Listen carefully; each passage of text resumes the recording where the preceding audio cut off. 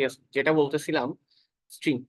আজকে আমরা স্ট্রিং নিয়ে পড়বো, এবং স্ট্রিং হচ্ছে বেসিক্যালি হচ্ছে একটি ক্যারেক্টারের হচ্ছে অনেকগুলো ক্যারেক্টারের সমন্বয়ে গঠিত একটা নির্দিষ্ট নাম বা কিছু একটা, ঠিক আছে, সেটাকে আমরা স্ট্রিং হিসেবে পড়ি। এখন আমরা দেখবো স্ট্রিং অ্যাকচুয়ালি কিভাবে ডিক্লেয়ার করা। যেহেতু স্ট্রিং একটা ক্যারেক্টারের, তার মানে আমাকে শুরুতে ডাটা টাইপ লিখতে হবে স্ট্রিং, সরি, শুরুতে ডাটা টাইপটা লিখতে হবে ক্যারেক্টার। দেন হচ্ছে আমাকে স্ট্রিং এর একটা নাম দিতে হবে। ফর এক্সাম্পল আমি এদিকে দিলাম নেম, অথবা আমি চাইলে এসটিআরও দিতে পারি, ঠিক আছে, যে কোনো কিছু দেওয়া আছে। দেন হচ্ছে আমাকে স্ট্রিং এর একটা সাইজকে ডিক্লেয়ার করতে হবে। যেমন হচ্ছে আমি বললাম নেম, ঠিক আছে, এখানে সাইজ কতটুকু, 4টা ক্যারেক্টার আছে, অর্থাৎ এখানে স্ট্রিং এর সাইজ হবে 4, ঠিক আছে। আমি ধরো এখানে স্ট্রিং এর সাইজ ডিক্লেয়ার করলাম 10, ঠিক আছে। এখানে যে সাইজটা আমি ডিক্লেয়ার করলাম এটা অ্যাকচুয়ালি হচ্ছে ম্যাক্সিমাম সাইজ, অর্থাৎ এর থেকে বেশি আমি চাইলে স্টোর করতে পারবো না, কিন্তু এর থেকে কম চাইলে আমি স্টোর করতে পারি, ঠিক আছে। আশা করি ঠিক আছে। দেন হচ্ছে আমরা দেখব, আচ্ছা আমরা একটু কোডে চলে যাই, তাহলে আমরা ওইখানে দেখি।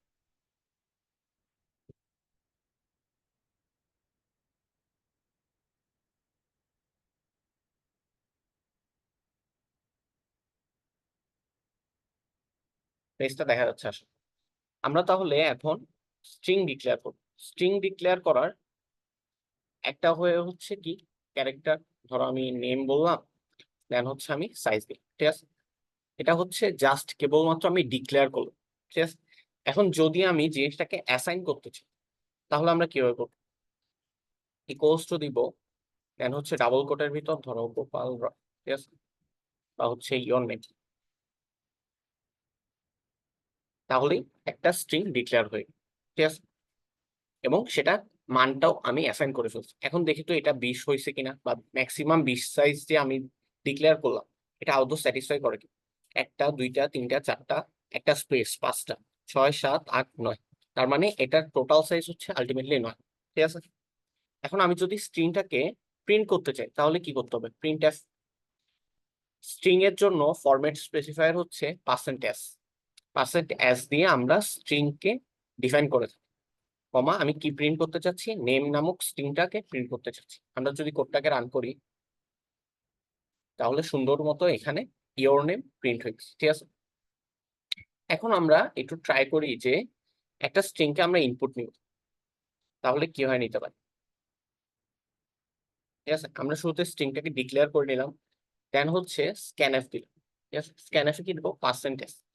এখন যে কথাটা বলার আছে, আমরা ইন জেনারেল যে কোনো ভেরিয়েবল যখন স্ক্যানএফ করি তখন আমাদেরকে এখানে এম্পারস্যান্ড সাইন দিতে হয়, ঠিক আছে। এম্পারস্যান্ড সাইন নিব, ঠিক আছে, এতটুকু আমরা লিখে থাকি, ঠিক আছে। এখন কথা হচ্ছে এম্পারস্যান্ড সাইনটা আমরা কেন দিই? কারো কি মনে আছে? আগের ক্লাসে বলেছিলাম এম্পারস্যান্ড সাইনটা দিয়ে অ্যাকচুয়ালি বোঝানো হয় অ্যাড্রেস, ঠিক আছে। যেমন আমি ধরো কোন একটা ইন্টিজারকে ডিক্লেয়ার করলাম এক্স, দেন আমি স্ক্যানএফ %s, ঠিক আছে, %d কমা দিয়ে এম্পারস্যান্ড অফ এক্স, ঠিক আছে। তার মানে বোঝাতে চাচ্ছি তুমি কম্পিউটারের মেমোরিতে একটা নির্দিষ্ট অ্যাড্রেসে এক্সটাকে গিয়ে স্টোর করো, এটা বোঝাতেই আমরা এম্পারস্যান্ড সাইনটাকে ইউজ করে থাকি, ঠিক আছে। এখন স্ট্রিং এর ক্ষেত্রে হচ্ছে এই এম্পারস্যান্ড সাইনটা ইউজ করা ম্যান্ডেটরি না। আমি যদি এখানে এম্পারস্যান্ড সাইন দেই তাহলে এটা যেরকম একটা স্ট্রিং কে ইনপুট নেবে, ধরো আমি দিলাম এটা, ঠিক আছে, ইনপুট নিল। এখন আমি যদি এই এম্পারস্যান্ড সাইনটাকে তুলে দিই তাহলে আমি কোডটাকে রান করি, দেখো এটাও কিন্তু সেম ওয়েতে একটা স্ট্রিং কে ইনপুট হিসেবে নিচ্ছে। কথাটা হচ্ছে কেন? কারণ হচ্ছে প্রত্যেকটা অ্যারে, বা অ্যাকচুয়ালি স্ট্রিং অ্যাকচুয়ালি কি, স্ট্রিং হচ্ছে actually one kind of array না, একটা অ্যারে।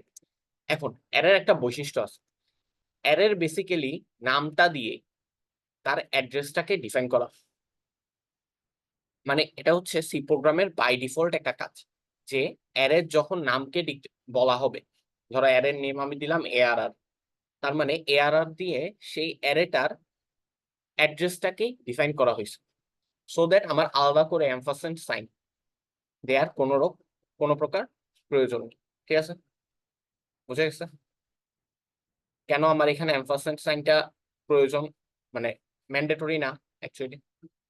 ক্লিয়ার সবার কাছে? আচ্ছা, আশা করি ক্লিয়ার।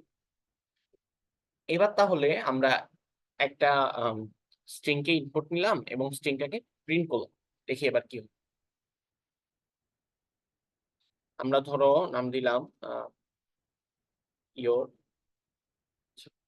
শুরুতে আমরা দিলাম নেম, ঠিক আছে, নেমটা সুন্দর করে নেক্সটে প্রিন্ট হয়ে গেল, স্ক্যান করলো, প্রিন্ট করলো, ঠিক আছে, কোনো সমস্যা আছে? কোনো সমস্যা নেই। আমরা দিলাম বুয়েট, ঠিক আছে, স্ক্যান করলো, প্রিন্ট করলো, কোনো সমস্যা নেই, ঠিক আছে। এবার আমি যদি ইয়োর নেম দিই, ঠিক আছে, তাহলে কি হয় দেখি। আচ্ছা, এখানে নিল হচ্ছে ইয়োর নেম, কিন্তু প্রিন্ট করলো ইয়োর, ঠিক আছে, মানে হচ্ছে প্রথম স্পেস দেয়ার আগ পর্যন্ত সে স্ট্রিংটাকে অ্যাসাইন করতে সক্ষম হয়েছে, কিন্তু এর পরের পোর্শন সে আর অ্যাসাইন করতে পারে নাই, তাই না? এটার দ্বারা তো এটাই বোঝাচ্ছে। আমি কি ঠিক বললাম? আশা করি ঠিক বলছি। এখন তাহলে এটা সলভ করার ওয়ে, এটা সলভ করার ওয়ে হচ্ছে একটা ফাংশন। সেই ফাংশনটা হচ্ছে আমরা চাইলে এই স্ক্যানএফটা ইগনোর করে গেটস যদি ইউজ করি, আমরা দিলাম গেটস নেম, মানে হচ্ছে গেট স্ট্রিং, ঠিক আছে, গেট একটা স্ট্রিং নাও, গেট স্ট্রিং, ঠিক আছে, কোন স্ট্রিং? স্ট্রিংটার নাম হচ্ছে নেম। দেখে তো আমরা তখন যদি নেই তাহলে কি হবে?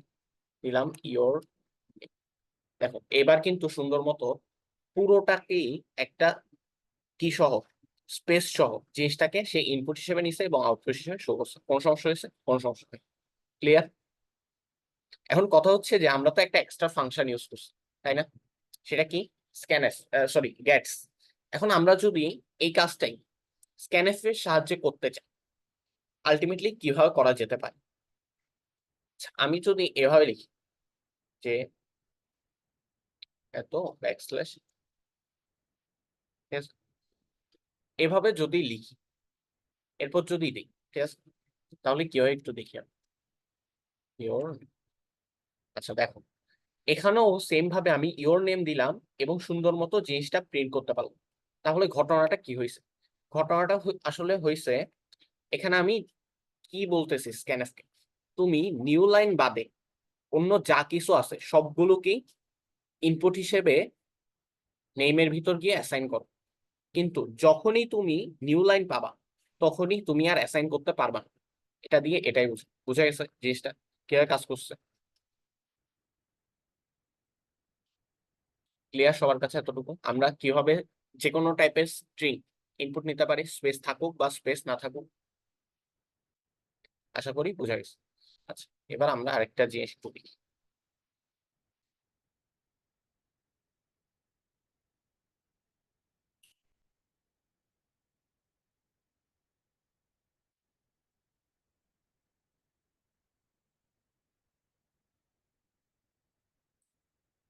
এখন আমরা তো বলছিলাম যে স্ট্রিং হচ্ছে অ্যাকচুয়ালি একটা ক্যারেক্টারের অ্যারে, খুবই ভালো কথা।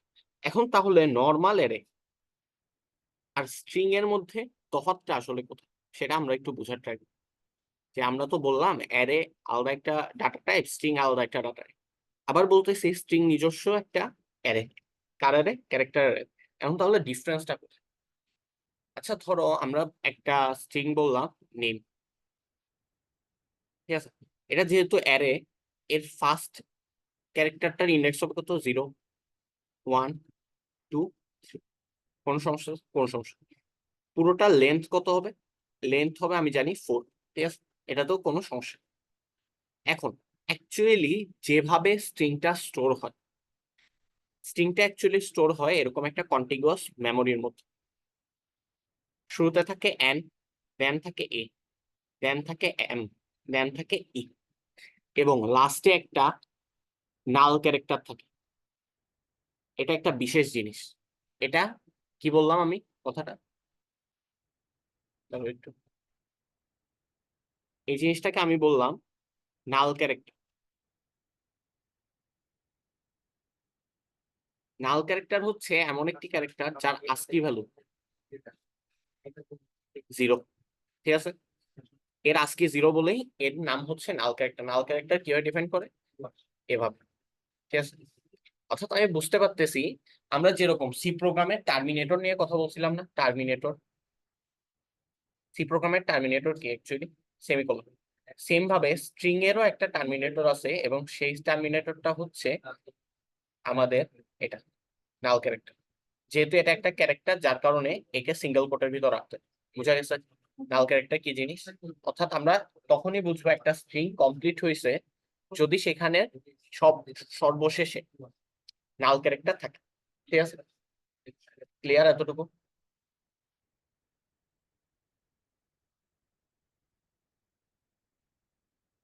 না 10 লিখি না, এখানে ব্যাকস্ল্যাশ দেওয়া হয়েছে, ব্যাকস্ল্যাশ 0 এবং একটা সিঙ্গেল কোটের ভিতর।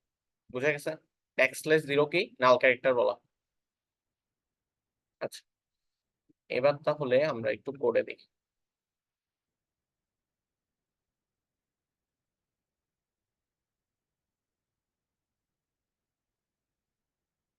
এখন তো আমরা একটা স্ট্রিং কে ইনপুট নিলাম, একটা স্ট্রিং কে প্রিন্টও করলাম, খুব ভালো কথা।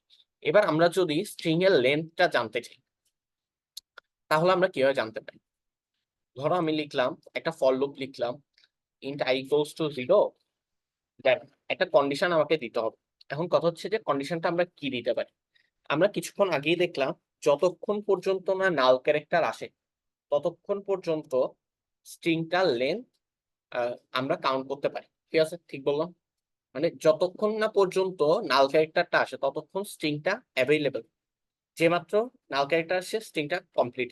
ঠিক আছে, আমরা তাহলে এখানে যদি লিখি name of I is not equals to null character, অর্থাৎ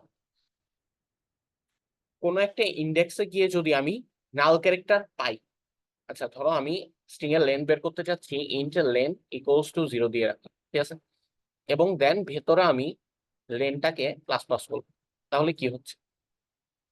শুরুতে হচ্ছে I ইকুয়ালস টু 0 মানে হচ্ছে নেম অফ 0 ইকুয়ালস টু কত সেটা দেখবে। দেন হচ্ছে যদি সেখানে নাল ক্যারেক্টার না থাকে তাহলে লেনটা পাবে। আমরা একটু কোডটা রান করে দেখি তাহলে আর একটু ক্লিয়ার। ধরো আমি দিলাম নেম, আচ্ছা আমি তো প্রিন্ট করি, ঠিক আছে, প্রিন্ট করছি, প্রিন্ট ব্যাকস্ল্যাশ এন, দেন হচ্ছে পার্সেন্ট ডি কমা দিয়ে লেন, লেনটাকে আমরা প্রিন্ট করতেছি। আমরা আমাদের থেকে ইনপুট চাচ্ছে, আমি দিলাম নেম। দেখো নেম ইনপুট হিসেবে নিল, নেম ইনপুট হিসেবে শো করলো কারণ আমি প্রিন্ট করলাম, স্ক্যান করলাম, প্রিন্ট করছি, ঠিক আছে। দেন আমরা লেন্থ কাউন্ট করতেছি। লেন্থ ততক্ষণ পর্যন্তই কাউন্ট করতেছি যতক্ষণ না নেম অফ আই মানে হচ্ছে আই নাম্বার ইন্ডেক্সটা নাল ক্যারেক্টার সমান হচ্ছে। শুরুতে সে কি দেখলো? 0 নাম্বার ইন্ডেক্সে আছে এন, ঠিক আছে, সে লেন একবার আলো। দেন হচ্ছে দেখলো এ আছে, আরো একবার আলো 2 হলো, এম আছে আরো একবার আলো 3 হলো, ই আছে আরো একবার আলো 4 হলো। দেন দেখলো যে লাস্টে গিয়ে একটা ব্যাকস্ল্যাশ এন আছে, ঠিক আছে, সরি ব্যাকস্ল্যাশ 0, ঠিক আছে। যে মাত্র সে এটা দেখতে পেলো সে মাত্র সে বুঝলো আমার এখন স্টপ হতে হবে, মানে স্ট্রিংটার লেন্থটা শেষ, এবং সে লেন্থটা কাউন্ট করে বললো যে লেন্থটা ফুল। বুঝা গেছে কিভাবে আমরা লেন্থ কাউন্ট করতে পারি?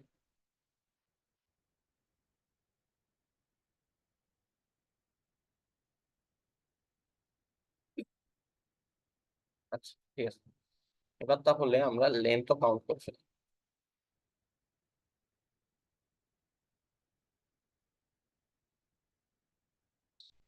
এবার তাহলে আমরা কিছু স্ট্রিং এর ফাংশন দেখি। আচ্ছা, আমরা হেডার ফাইল নিয়ে কথা বলছিলাম একসময়। হেডার ফাইল কি ছিল? হেডার ফাইল বেসিক্যালি একটা লাইব্রেরি ফাংশন, যে লাইব্রেরির মধ্যে বিভিন্ন টাইপের ফাংশন গুলো ইমপ্লিমেন্ট আগে থেকেই করা থাকে। যেমন আমরা stdio.h ইউজ করতেছি, সেখানের মধ্যে scanf ফাংশনটা আগে থেকে ইমপ্লিমেন্ট করা, printf ফাংশনটা আগে থেকে ইমপ্লিমেন্ট করা, মানে তাতে ইনস্ট্রাকশন অলরেডি দেয়া আছে কি করতে হবে। সেম ভাবে স্ট্রিং এর জন্য একটা লাইব্রেরি আছে, সেটা হচ্ছে hash include string dot H, ঠিক আছে। স্ট্রিং এর হেডার ফাইল হচ্ছে স্ট্রিং ডট এইচ।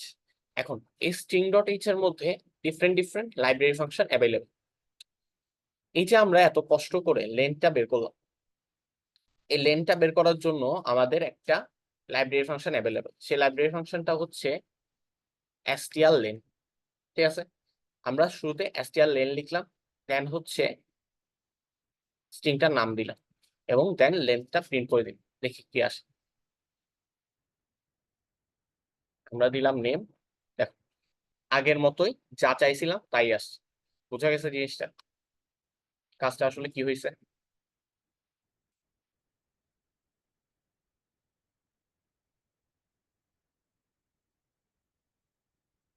আশা করি বুঝা গেছে।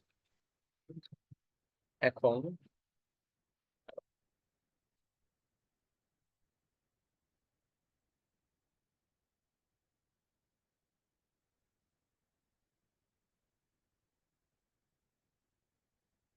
এখন ধরো আমরা এখানে কিছু একটা কাজ করতে যাচ্ছি, যেমন ধরো কি করা যায়? এটা আমরা ধরো এখানে আহ কোন একটা ভ্যালু অ্যাসাইন করলাম, নাম দিলাম name, ঠিক আছে। এখন আমরা যে স্ট্রিংটাকে অ্যাসাইন করছি,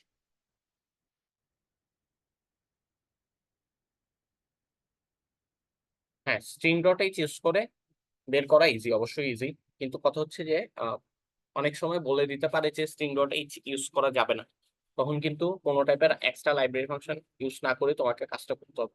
সো দ্যাট কিভাবে লেন্থটা বের করা লাগে ওইটাও জেনে রাখা ভালো। আচ্ছা, যেখানে ছিলাম, যেমন হচ্ছে আহ আমরা এখানে স্ট্রিংটা ডিক্লেয়ার করলাম এবং স্ট্রিংটা অ্যাসাইনও করলাম, ঠিক আছে। এরপর যে কাজটা করতে চাচ্ছি, আমি ধরো এখানে নেম অফ 0 = আমি দিলাম সি, ঠিক আছে। দেন হচ্ছে আমি প্রিন্ট করলাম স্ট্রিংটাকে।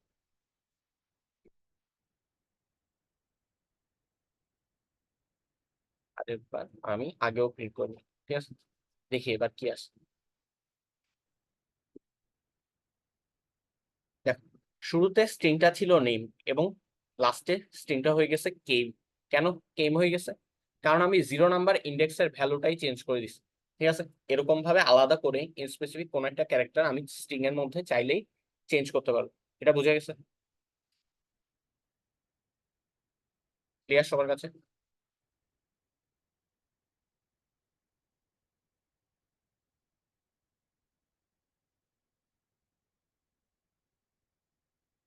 আশা করি বুঝে গেছে। এবার ধরো, হ্যাঁ, ঠিক আছে। এখানে কি লিখলাম আসলে একটু বুঝি।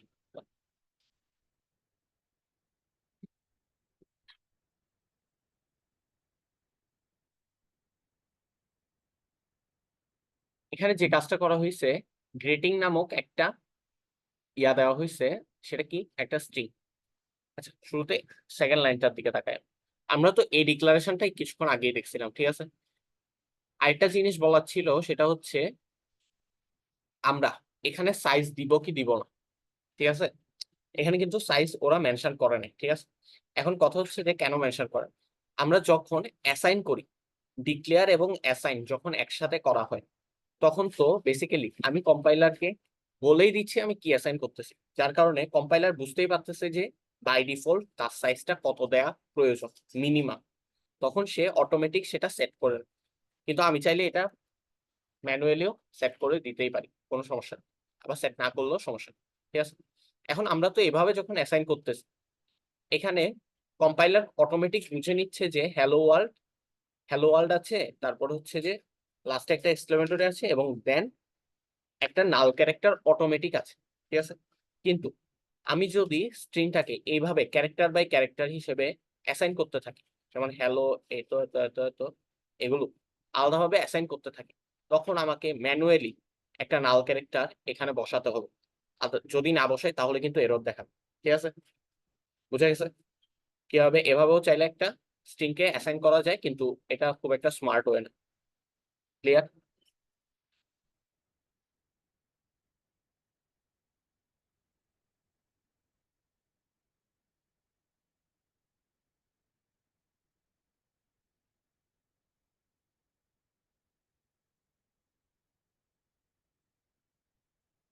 আশা করি বুঝা গেছে, ঠিক আছে। এবার হচ্ছে আহ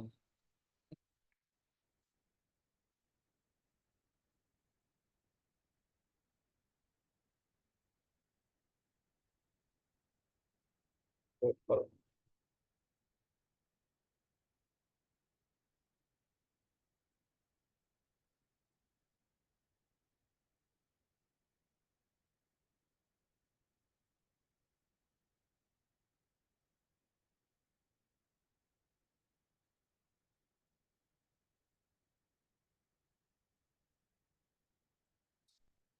আমরা শুরুতে একটা স্ট্রিং এর ফাংশন দেখলাম, সেটা কি ছিল?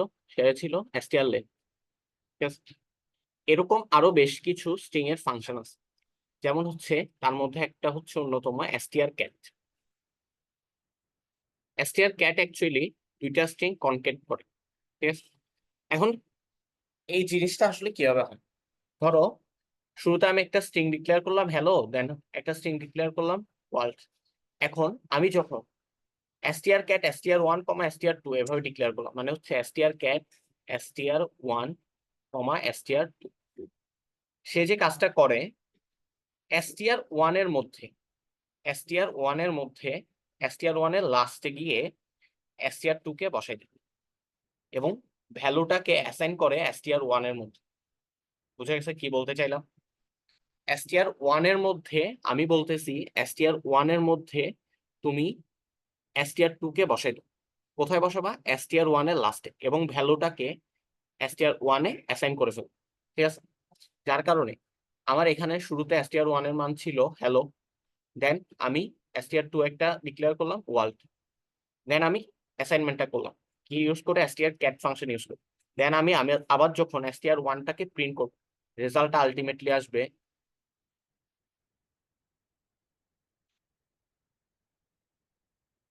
বুঝা গেছে? ক্লিয়ার সবার কাছে strcat ফাংশনটা কিভাবে কাজ করে? ঠিক আছে,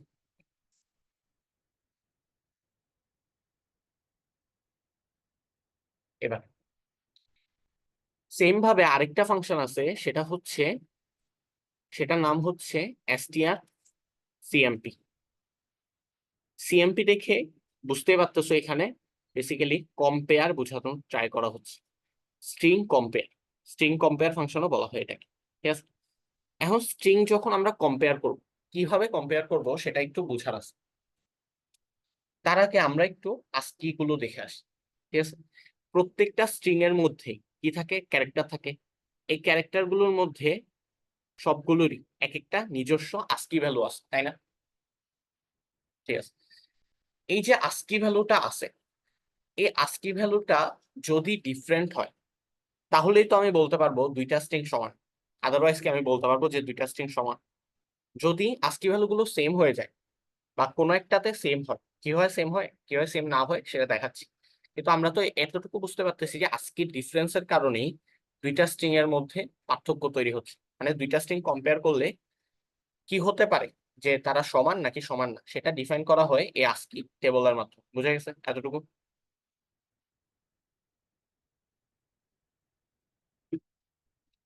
ঠিক আছে, এখন তাহলে দেখি যে অ্যাকচুয়ালি কিভাবে কম্প্যারিজনটা করা হয়। ধরো আমি একটা স্ট্রিং বললাম ABCD, আমি আরেকটা স্ট্রিং বললাম ABCD, কি দেয়া যায়, এ, ঠিক আছে? এখন কম্পাইলার যেটা দেখে যে শুরুতে এটার এ আছে, শুরুতে এটার এ আছে, দুইটা ঠিক আছে, অবশ্যই ঠিক আছে, তার মানে আমি সামনে আগাতে পারি।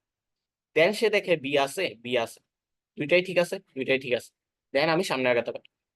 এটা তিন, সি আছে, এটা সি আছে, দুইটাই ঠিক আছে, দেন আমি সামনে আগাতে পারি। ডি আছে, ডি আছে, ঠিক আছে, সামনে আগাতে পারি। দেন এসে দেখে হচ্ছে এখানে ই আছে, এখানে আছে এ।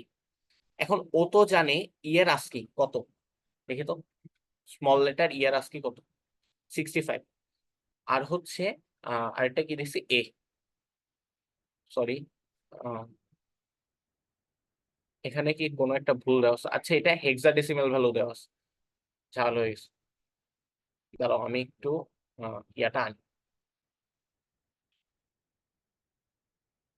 আস্কি,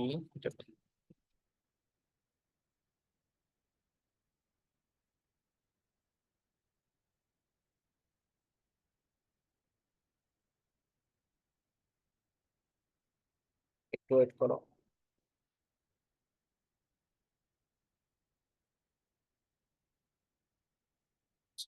আমরা যদি এখানে আস্কি টেবলটা দেখি, এখানে আমরা কি দেখতে পাচ্ছি, ই এর এ যে আছে ক্যাপিটাল, সরি স্মল এ এর আস্কি ভ্যালু হচ্ছে 97, আর স্মল ই এর আস্কি ভ্যালু হচ্ছে 101। ঠিক আছে, এতটুকু আমরা দেখতে পাচ্ছি। এখন যখন তারা মানে বেসিক্যালি কম্পাইলার যখন দেখলো যে এখানে ই এর আস্কি ভ্যালু কত ছিল, 101, আর এ এর আস্কি ভ্যালু ছিল 97, ই এর আস্কি ভ্যালু দেখতে পেলো, কি হলো? একটু ওয়েট করো।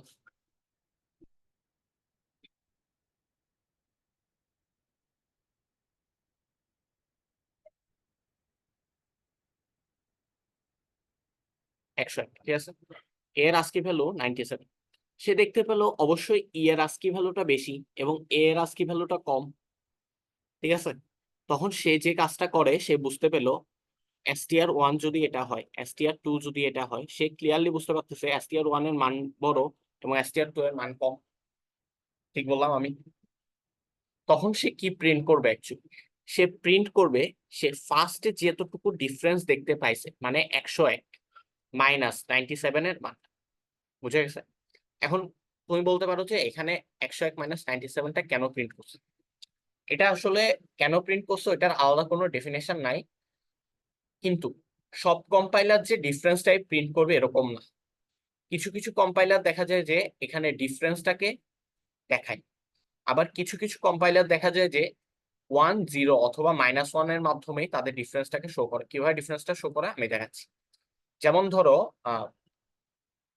এখানের মধ্যে একটা স্ট্রিং আছে এ বি সি, এখানেও একটা স্ট্রিং আছে এবিসি। তো তাহলে কি দেখবে, এ এর সাথে এ ম্যাচ করছে, বি এর সাথে বি ম্যাচ করছে, সি এর সাথে সি ম্যাচ করছে এবং পরের গুলো ম্যাচ করে গেছে। তাহলে সে তাহলে কি প্রিন্ট করবে? সে তো কোনো ডিফারেন্স পায় না, সে তাহলে কি প্রিন্ট করার কথা? 0 প্রিন্ট করার। ঠিক আছে, এবার যদি আমি এ বি সি ডি, ঠিক আছে, এদিকে দিলাম এ সি ডি, তাহলে কি দেখতেছে, এ এর সাথে এ ম্যাচ করছে, কিন্তু বি এর সাথে তো আর সি ম্যাচ করে নাই, তাই না? বি এর সাথে কি সি ম্যাচ করছে? অবশ্যই করে। যে মাত্র সে বি এর সাথে সি ম্যাচ করে নাই, সে মাত্র সে যে কাজটা করছে, বি এবং সি এর আস্কি ভ্যালুর ডিফারেন্সটা বের করার ট্রাই করছে। সে যে ডিফারেন্সটা পাইছে সেটা সেটা সে প্রিন্ট করে দিল। ঠিক আছে, এটাই হচ্ছে স্ট্রিং কম্পেয়ার ফাংশনের কাজ। এখন কথা হচ্ছে যে বি এর আস্কি ভ্যালু বড় নাকি সি এর আস্কি ভ্যালু বড়? অবশ্যই সি এর আস্কি ভ্যালু বড়। অর্থাৎ আমি বলতে পারি str2টা বড় str1 থেকে, যার কারণে সে যে কাজটা করে, কিছু কিছু কম্পাইলারে হচ্ছে তোমার এই কেসটাতে এটা বড় এটা ছোট, তার মানে সে প্রিন্ট করবে -1।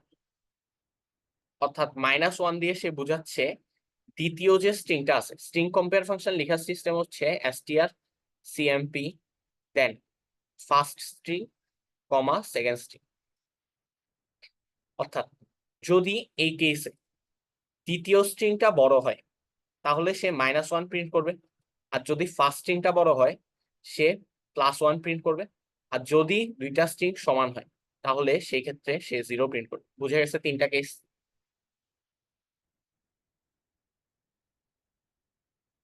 ক্লিয়ার? কি কি বললাম আরে আরেকবার বলি। সে string compare function first string যদি বড় হয় তাহলে 1 প্রিন্ট করবে, সেকেন্ড স্ট্রিং যদি বড় হয় তাহলে -1 প্রিন্ট করবে, এবং লাস্ট দুইটা যদি সমান হয় তাহলে 0 প্রিন্ট করবে। এখন আমি যে আবার বলছিলাম যে ডিফারেন্সটাও প্রিন্ট করতে পারে, যদি তারা ডিফারেন্স প্রিন্ট করে তাহলেও তো একই কথা, মানে মোটামুটি তো সেমই না। যে যদি ডিফারেন্সটার ক্ষেত্রে str1টা বড় হয় তাহলে তো আমি এটা বুঝতেছি যে স্ট্রিং কম্পেয়ার ফাংশন যেটা রিটার্ন করবে সেটার ভ্যালুটা অবশ্যই গ্রেটার দেন 0 হবে। str2টা যদি বড় হয় তাহলে স্ট্রিং কম্পেয়ার ফাংশনটা লেস দেন 0 হবে, আর দুইটা যদি সম হয় তাহলে ইকুয়ালস টু 0। এতটুকু তো আমি বলতে পারি। কেন বললাম? বলতে পারো যে কেন বললাম, কারণ হচ্ছে আমাদের ডিফারেন্ট টাইপ অফ প্রবলেমে দেখা যাবে যে স্ট্রিং কম্পেয়ার ফাংশনে আউটপুট নিয়ে কাজ করতে হতে পারে।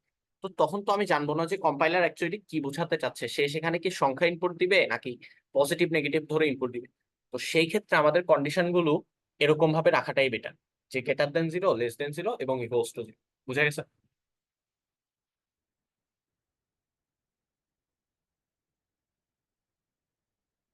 আশা করি ক্লিয়ার এত। আচ্ছা ঠিক আছে, এবার তাহলে আমরা কিছু ইএন কে দেখেছি।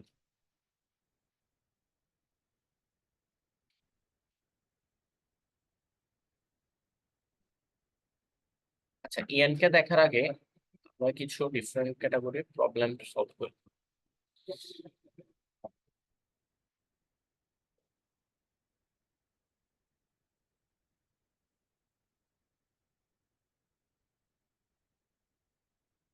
এটা দেখি।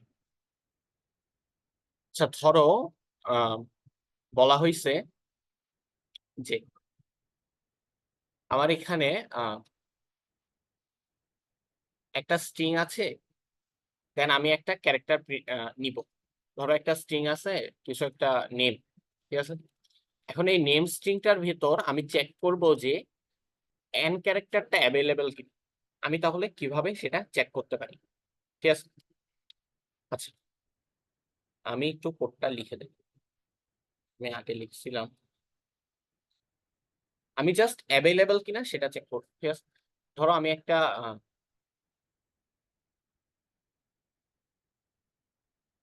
ক্যারেক্টার স্ট্রিং নিলাম, সেটা দিলাম 20, ঠিক আছে। এবং সেটার ভ্যালু আমি ডিরেক্ট যদি অ্যাসাইন করে দিই তাহলে কি হয়, আহ, your name,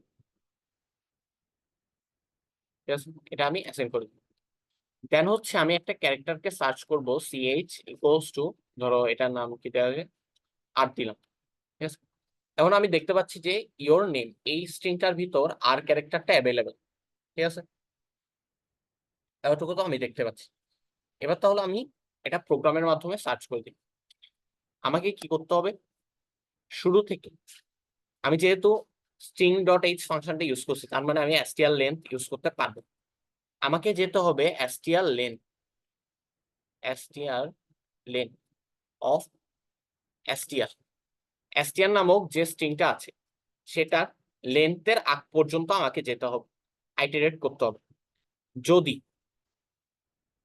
if STR of i equal CH হয়, মানে হচ্ছে ক্যারেক্টারটা সমান হয়, তাহলে ধরো আমি একটা চেকিং করার জন্য একটা ভেরিয়েবল রাখলাম ইন্টিজার ফ্ল্যাগ।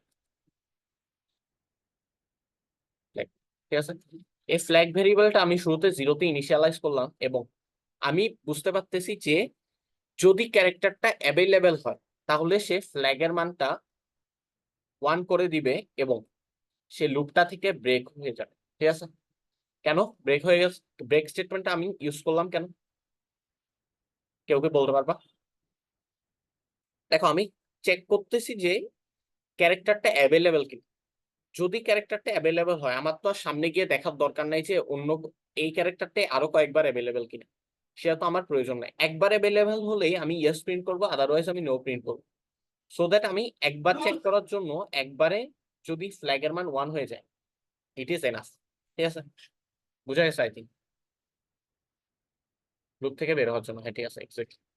আচ্ছা ঠিক আছে তাও এবার যদি, এবার আমরা বুঝতে পারতেছি ফ্ল্যাগের মান তখনই 1 হবে যদি সেটা অ্যাভেলেবেল হয়। তার মানে আমি বলতে পারি ইফ ফ্ল্যাগ ইকুয়ালস টু 1, তাহলে কি হয়,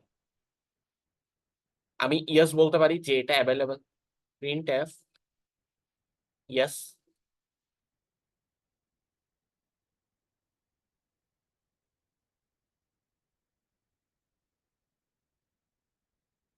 ঠিক আছে। আদারওয়াইজ আমি কি প্রিন্ট করতে পারি, নো, ঠিক আছে। দেখি তাহলে কি আসে। দেখো, এখানে ইয়েস আসছে, কেন ইয়েস আসছে, কারণ আর ক্যারেক্টারটা ইওর নেমের মধ্যে অ্যাভেলেবেল। আমি যদি এখানে এক্স দিতাম তাহলে কি হয় দেখি তো, দেখো তখন কিন্তু ইজিলি নো প্রিন্ট হয়ে গেছে। বুঝা গেছে জিনিসটা, আশা করি বুঝা গেছে, ঠিক আছে। এবার তাহলে উম,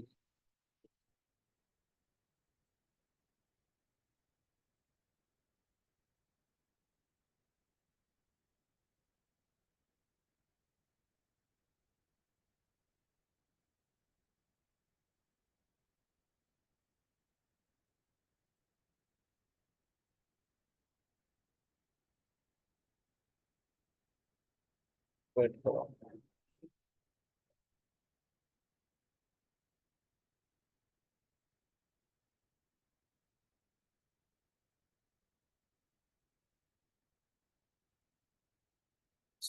গতদিন আমরা দেখছিলাম হচ্ছে কিভাবে একটা অ্যারে কে রিভার্স করা হয়, ঠিক আছে। আজকে আমরা দেখবো এই অ্যারের জায়গায় যদি স্ট্রিং থাকে, অ্যাকচুয়ালি স্ট্রিং নিজেও একটা অ্যারে, ঠিক আছে। তাহলে সেই স্ট্রিংটাকে আমরা কিভাবে রিভার্স করতে পারি, ঠিক আছে। এটা থাকুক, ঠিক আছে। আমি একটু কপি করে নিই।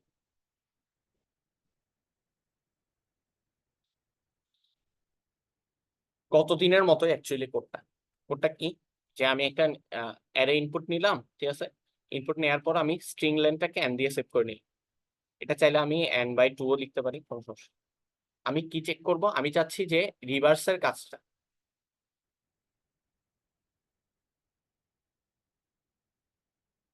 রিভার্সের কাজটা আমার একবার হোক, এবং একবার হওয়ার জন্য আমাকে স্ট্রিং লেন্থের ডিভাইডেড বাই টু এর আগ পর্যন্ত যেতে হবে, ঠিক বললাম। এটা কতদিন বলছিলাম আমি, ঠিক আছে, অ্যারের মতোই। দেন হচ্ছে একটা টেম্পোরারি ভেরিয়েবল ইউজ করে আমি জাস্ট জিনিসটাকে সোয়াপ করে নিছি। এখানে টেম্পোরারি ভেরিয়েবলটা কি, একটা ক্যারেক্টার। কেন ক্যারেক্টার, কারণ স্ট্রিং এর ভেতর থাকে এই ক্যারেক্টার। এই ক্যারেক্টারটা এটাতে অ্যাসাইন হয়েছে, এটা এটা এটা এটা। আর কোন ইন্ডেক্স কোন ইন্ডেক্সের সাথে অ্যাসাইন হয়, আই ইন্ডেক্স সোয়াপ হয় N minus I minus one ইন্ডেক্সের সাথে। এটাও গতদিন বলছিলাম, ঠিক আছে, বুঝা গেছে আশা করি। দেন হচ্ছে আমি এই স্ট্রিংটাকে প্রিন্ট করে দিচ্ছি। এটা হচ্ছে আমার সোয়াপিং করার বা রিভার্স করার, এটাকে রিভার্স করা বা উল্টো করে প্রিন্ট করা একটা ওয়ে, ঠিক আছে। ধরো আমি এটা দিলাম, আমি দিলাম সরি দেখো, সুন্দর মতো এটা রিভার্স ভার্সনটা আমাকে প্রিন্ট করে দিয়েছে, ঠিক আছে, বুঝে গেছে, আশা করি বুঝে গেছে। এবার আমি আরেকটা ওয়ে দেখাই।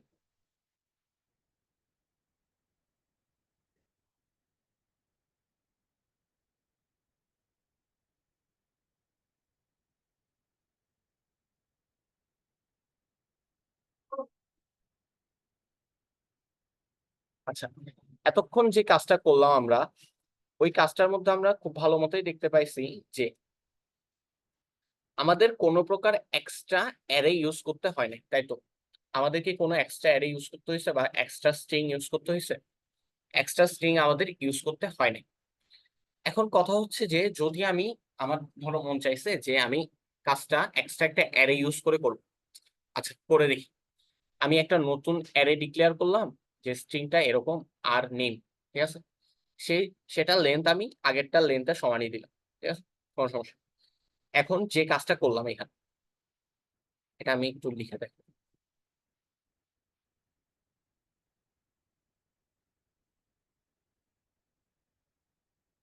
For int I equals to 0,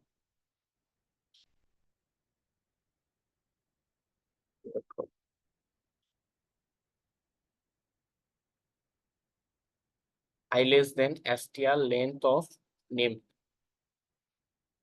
ঠিক আছে। আমি যাচ্ছি 0 নাম্বার ইন্ডেক্স থেকে নেম ইন্ডেক্সের আগ পর্যন্ত, ঠিক আছে। তার মানে আমি 0 থেকে শুরু করে শেষ ইন্ডেক্স পর্যন্ত যাচ্ছি। আচ্ছা, আমি যেহেতু নতুন স্ট্রিং এর মধ্যে গিয়ে জিনিসপত্রগুলোকে রাখবো, তার মানে আমাকে অবশ্যই 0 থেকে শেষ পর্যন্ত অবশ্যই অবশ্যই রিভার্স অ্যারেটার মধ্যেই যেতে হবে। তার মানে আমি বুঝতে পারতেছি এটাতে অ্যাসাইন হবে রিভার্স, ঠিক বললাম? আচ্ছা, আশা করি বুঝে গেছে। দেন হচ্ছে আমি এখানে অ্যাকচুয়ালি কাকে অ্যাসাইন করব, এখানে আমাকে অ্যাসাইন করতে হবে নেইমের লাস্ট দিক থেকে আসা জিনিসপত্রগুলোকে। ধরো নেইমের ভ্যালু আমি দিলাম রোকান, ঠিক আছে। তাহলে আমি বুঝতে পারতেছি এই এনটা শুরুতে আমার রিভার্স নেইমের ভিতর ঢুকবে, দেন ঢুকবে হচ্ছে এটা, দেন ঢুকবে কে, দেন ঢুকবে ও, দেন ঢুকবে আর, লাস্ট থেকে শুরু হতে হবে জিনিসটা। তার মানে সেটার জন্য আমাকে আরেকটা এক্সট্রা ভেরিয়েবল ডিক্লেয়ার করতে হবে। এটা চাইলে আমি ফর লুপের মধ্যেও করতে পারি, ঠিক আছে, ফর লুপের ভিতরে। এখন এক্সট্রা ভেরিয়েবলটা শুরু হবে কোথা থেকে, অবশ্যই শেষ থেকে। শেষ থেকে বলতে শেষ ইন্ডেক্স থেকে। এখন শেষ ইন্ডেক্স আমরা কিভাবে বুঝাই, str lane of name minus one, ঠিক আছে, বুঝা গেছে কেন -1 করছি? আশা করি বুঝা গেছে। এখন তাহলে কন্ডিশনটা কি হবে? কন্ডিশনটা হবে যে শেষ থেকে এসে যতক্ষণ না পর্যন্ত সে 0 ইন্ডেক্সে রিচ করে, তাই না? সে যদি 0 ইন্ডেক্সে রিচ করে যায় তাহলে তো থেমে যাবে, এবং একই সাথে সে যেহেতু শেষ থেকে শুরুতে আসতেছে, তার জে এর ভ্যালুটা মাইনাস মাইনাস করতে হবে, এবং লাস্টে গিয়ে নেমে আমি জে এর ইন্ডেক্সটা বসাই দিতে পারবো। ঠিক বললাম? আশা করি এতটুকু বুঝা গেছে। এখন কথা হচ্ছে যে এতটুকু করলেই কি আমার কাজটা শেষ? ধরো আমি একটা স্ট্রিং ইনপুট দিলাম রোকা। এখন এই স্ট্রিংটাকে আমি যদি রিভার্স করি আমি কি পাবো? এটাই পাবো। এখন আমার কম্পাইলার তো জানে যে রোকানের পরে একটা নাল ক্যারেক্টার আছে, তাই না? এখন আমি যে সিস্টেমে কাজটা করলাম, আমি তো এখানে কোথাও নাল ক্যারেক্টারের হিসাবই আনি, তাই না? এটা তো প্রবলেম হয়ে গেল, কারণ আমি জে এর ইন্ডেক্স কোথায় লিখছি? str লেন -1, মানে হচ্ছে সে এন থেকে রিভার্স করে এখানে প্রবেশ করানো শুরু করবে। ঠিক বলছি? যার কারণে আমার এখানে কিন্তু একটা নাল ক্যারেক্টার ইনপুট দেয়া বাকি রয়ে গেছে, এবং সেই নাল ক্যারেক্টারটা হবে রিভার্স অ্যারেটা, রিভার্স নেইমের লাস্ট ইন্ডেক্সের পরে। এখন লাস্ট ইন্ডেক্সের পরে মানে কি? লাস্ট ইন্ডেক্স হচ্ছে str লেন, লাস্ট ইন্ডেক্স হচ্ছে str লেন অফ নেম -1, এবং একদম লাস্টে গিয়ে মানে হচ্ছে str লেনে গিয়ে আমাকে একটা নাল ক্যারেক্টারকে বসাতে হবে, এবং সেটাকে যদি আমি প্রিন্ট করতে চাই, প্রিন্ট পার্সেন্টেজ কমা দিয়ে আর নেম। ঠিক আছে, বুঝা গেছে কেন আমি এই এক্সট্রা লাইনটা লিখলাম? আশা করি বুঝা গেছে। কারণ হচ্ছে আমার সিস্টেমে আমি যে প্রোগ্রামটা লিখছি সেখানে অটোমেটিক কিন্তু নাল ক্যারেক্টারটা এসে বসে যাবে না, সেটাকে আমাকে জোর করে বসাতে হবে। জোর করে বসানোর জন্য সেটাকে লুপের বাইরে লিখতে হচ্ছে। আশা করি ক্লিয়ার। এবার যদি আমরা একটা ইনপুট দিই নেম, কি হলো?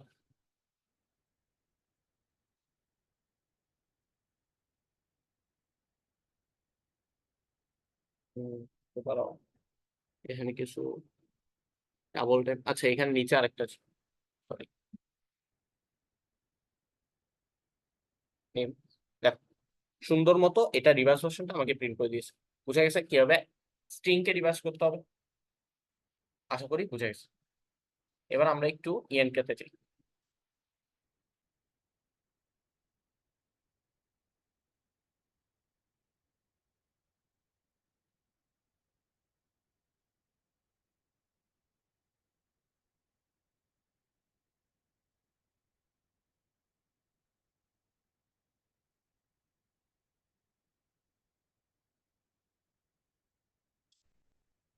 ইএনকে আমরা গত ক্লাসে বোধহয় 19 পর্যন্ত দেখছিলাম, আজকে হচ্ছে পরেরগুলো দেখি। 20 নাম্বার যদি দেখি, এখানে কি বলা হয়েছে? একটা ক্যারেক্টার ডাটা টাইপের লেন্থ 20 দেওয়া আছে, এটসেট্রা এটসেট্রা। সেখানে আমি যদি এটা ইনপুট দিই তাহলে তার রিভার্স ভার্সনটা প্রিন্ট হবে। একটু আগেই জাস্ট দেখ। ঠিক আছে, পারা যাবে? আশা করি পারা যাবে। দেন হচ্ছে আমরা যদি 21 নাম্বারটা দেখি, এটা কি দিয়েছে? আচ্ছা এখানে বলা হয়েছে যে আহ আচ্ছা হ্যাঁ, মিজান, সেখানে এ কি অ্যাভেলেবেল? অবশ্যই অ্যাভেলেবেল, তাহলে ইয়েস প্রিন্ট করবা। সি কি অ্যাভেলেবেল? না, সি অ্যাভেলেবেল না, তার মানে নো প্রিন্ট করবা। এটা একটা দেখি। ক্লিয়ার, বোঝা গেছে? ইয়ানকে গুলো পারা যাবে। এগুলো ছিল স্ট্রিং রিলেটেড। এরপর আমরা ফাংশনে ঢুকবো আজকে। ঠিক আছে,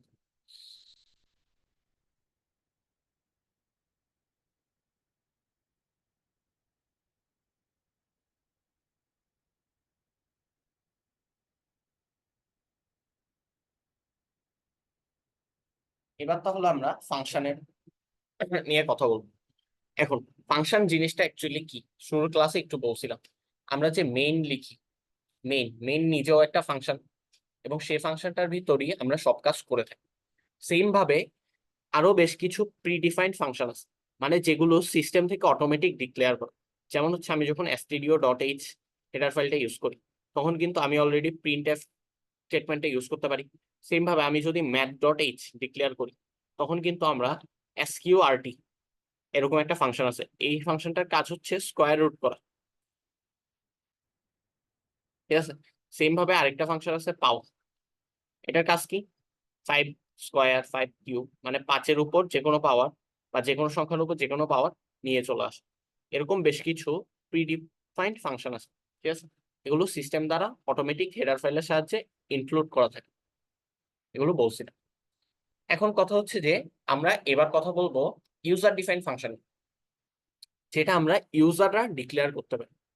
এখন ফাংশনকে ডিক্লেয়ার করা এবং ফাংশন এ কোড লেখা বা ফাংশনের থ্রুতে কিছু একটা করার জন্য বেশ কিছু সিস্টেম আছে। সিস্টেমটা হচ্ছে, এর মূলত 3টা পোর্শন। একটাকে বলা হয় ফাংশন ডিক্লারেশন, একটাকে বলা হয় কল দা ফাংশন, এবং আরেকটাকে বলা হয় ফাংশন ডেফিনেশন। ফাংশন ডিক্লারেশনের সিস্টেম হচ্ছে আমাকে প্রথমে ফাংশনে রিটার্ন টাইপ দিতে হবে। এখানে কি রিটার্ন টাইপ দেওয়া আছে? রিটার্ন টাইপ দেওয়া আছে ভয়েড। ভয়েড মানে হচ্ছে সে কিছুই রিটার্ন করবে না, খালি ফাঁকা। ঠিক আছে, দেন হচ্ছে ফাংশনের নাম দিতে হবে। এখানে ফাংশনের নাম কি দিচ্ছে? মাই ফাংশন। দেন হচ্ছে একটা ফার্স্ট ব্র্যাকেট দিতে হবে, দেন বাইরে একটা সেমিকোলন দিতে হবে, এবং ফার্স্ট ব্র্যাকেটের ভিতর কিছু প্যারামিটারকে পাস করতে হবে। প্যারামিটার কি জিনিস আপাতত এখানে তেমন কিছু দেখানো হয় নাই, আর একটু ইনডেপথ আমি সামনে দেখাবো। ঠিক আছে, দেন হচ্ছে মেইন ফাংশনের ভেতর আমাকে ওই ফাংশনটাকে কল করতে হবে। এখন বলতে পারো যে মেইন ফাংশনের ভিতরে কেন কল করতে হবে? আমি শুরুর ক্লাসেই বলছিলাম যে সি প্রোগ্রাম সেই সব স্টেটমেন্টকেই এক্সিকিউট করবে যেগুলো মেইন ফাংশনের ভেতর ডিক্লেয়ার করা আছে। সে সব সময় মেইন ফাংশনের শুরু থেকে শেষ পর্যন্ত ক্রমান্বয়ে যেতে থাকে যে তাকে কি কি ডিক্লারেশন দেয়া হয়েছে। সে যখন দেখতে পারবে যে তাকে মেইন ফাংশনটাকে কল করতে বলা হয়েছে, সে তখন মেইন ফাংশনটাকে কল করবে এবং ফাংশনের ভেতরে থাকা কাজগুলোকে এক্সিকিউশন করবে। ঠিক আছে, বোঝা গেছে আসলে?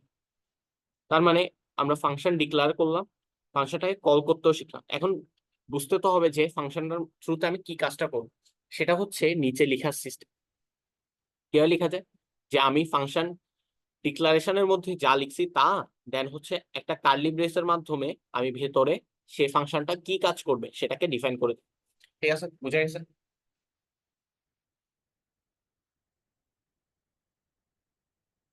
আশা করি বুঝে গেছে। আচ্ছা, এবার আমরা একটু একটা জিনিস, এই জিনিসটাকে আমরা যদি একটু প্রোগ্রামে দেখি।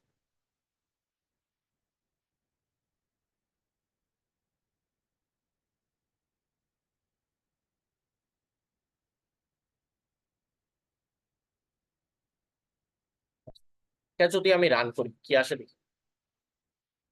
দেখো, 3বার এটা হয়েছে। এখন কথা হচ্ছে যে জিনিসটা কিভাবে হয়েছে আমাদেরকে আগে সেটা বুঝতে হবে।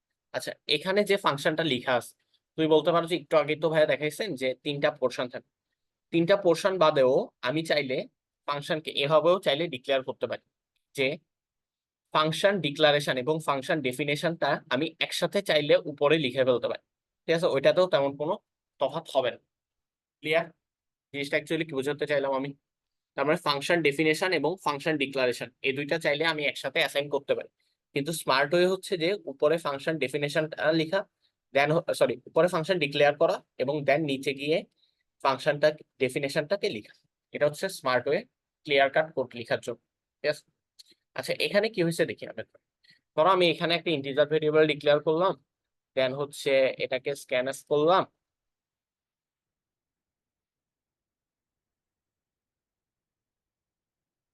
দেন হচ্ছে এটাকে প্রিন্ট করলাম, এবং লাস্টে একটা নিউ লাইন দিলাম।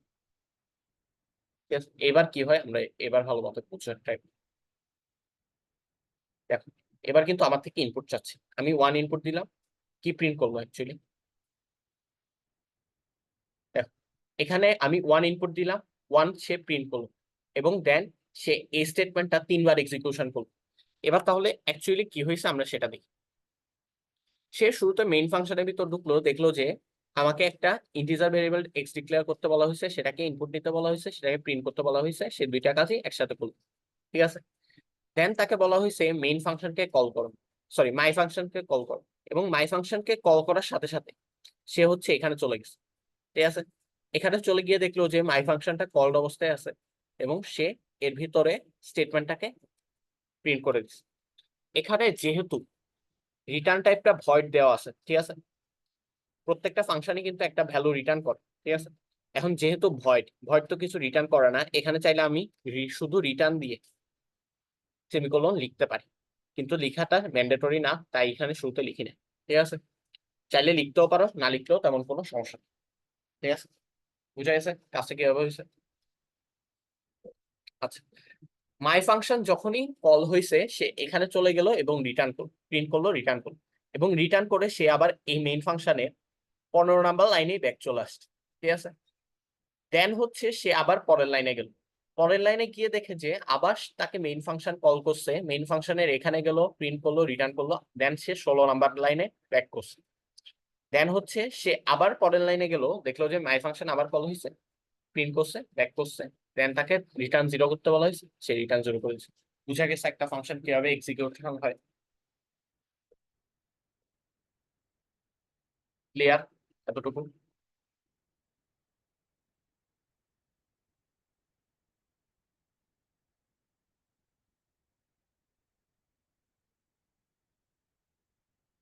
আশা করি বুঝা গেছে। বাট তাহলে আমরা আরেকটা জিনিস, যেমন ধরো এখানে, এখানে আমি কি বলতে যাচ্ছি, সে একটু ভেঙে ভেঙে লিখি। আমি কিছুক্ষণ আগে প্যারামিটারের কথা বলছি, ঠিক আছে। আগে আমরা ফাংশনটা কিভাবে লিখছি সেটা দেখে আসি। ফাংশনটা শুরুতে কি লেখা হয়েছে? একটা রিটার্ন টাইপ, রিটার্ন টাইপ কি ইন্টিজার, অর্থাৎ এই ফাংশনটা রিটার্ন করবে একটা ইন্টিজার। সেই ইন্টিজার, সেই ফাংশনটার নাম কি দিলাম? মাই ফাংশন। দেন সেখানে আমি দুইটা প্যারামিটারকে পাস করছি, একটা হচ্ছে ইন্টিজার এক্স আর একটা হচ্ছে ইন্টিজার ওয়াই। দেন হচ্ছে আমি নতুন একটা ফাংশনের ভিতর, এই নতুন ফাংশনটা যেটা আমি ডিক্লেয়ার করলাম, সেই ফাংশনটার ভিতর রেজাল্ট নামক একটা ভেরিয়েবল ডিক্লেয়ার করে ফেললাম। সেই রেজাল্ট ভেরিয়েবলটা কি হবে? এক্স এবং ওয়াই এর সমষ্টি, এবং দেন সেই রেজাল্টটাকে আউটপুট হিসেবে শো করবে, ঠিক আছে। আচ্ছা, এতটুকু তো আমরা দেখলাম, এবার আমরা একটু হাতে কলমে দেখি যে জিনিসটা আসলে হয়টা কি। আচ্ছা, আগে আমরা এটা রেজাল্টটা যদি একটু দেখি কি প্রিন্ট হয়, আমরা সেটাও একটু দেখে ফেলি। দেখো, রেজাল্টটা প্রিন্ট হয়েছে 8। 8 মানে কি? 5 এবং 3 এর সমষ্টি। এখন কিভাবে কি হয়েছে সেটা আমরা এবার একটু ভালো মতো অ্যানালাইসিস করি।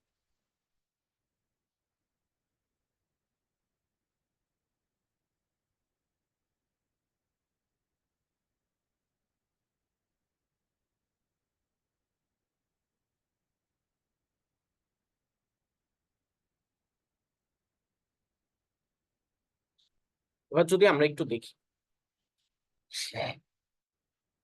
আচ্ছা এবার আমরা একটু আগে মেমোরি নিয়ে একটু কথা বলি, ঠিক আছে। মেমোরির বেশ কিছু পোর্শন আছে, ঠিক আছে। মেমোরির একটা পোর্শন হচ্ছে স্ট্যাক পোর্শন, স্ট্যাক, STACK। এখন স্ট্যাক জিনিসটা আসলে কি? যেই মাত্র আমাদের মেইন ফাংশনটাকে কল করা হয়, সেই মাত্র স্ট্যাক পোর্শনের মধ্যে সে একটা জায়গা নিয়ে ফেলে। কার জায়গা? সেটা হচ্ছে মেইন ফাংশনের জায়গা। ধরে নিলাম যে এতটুকু হচ্ছে স্ট্যাকের পোর্শন।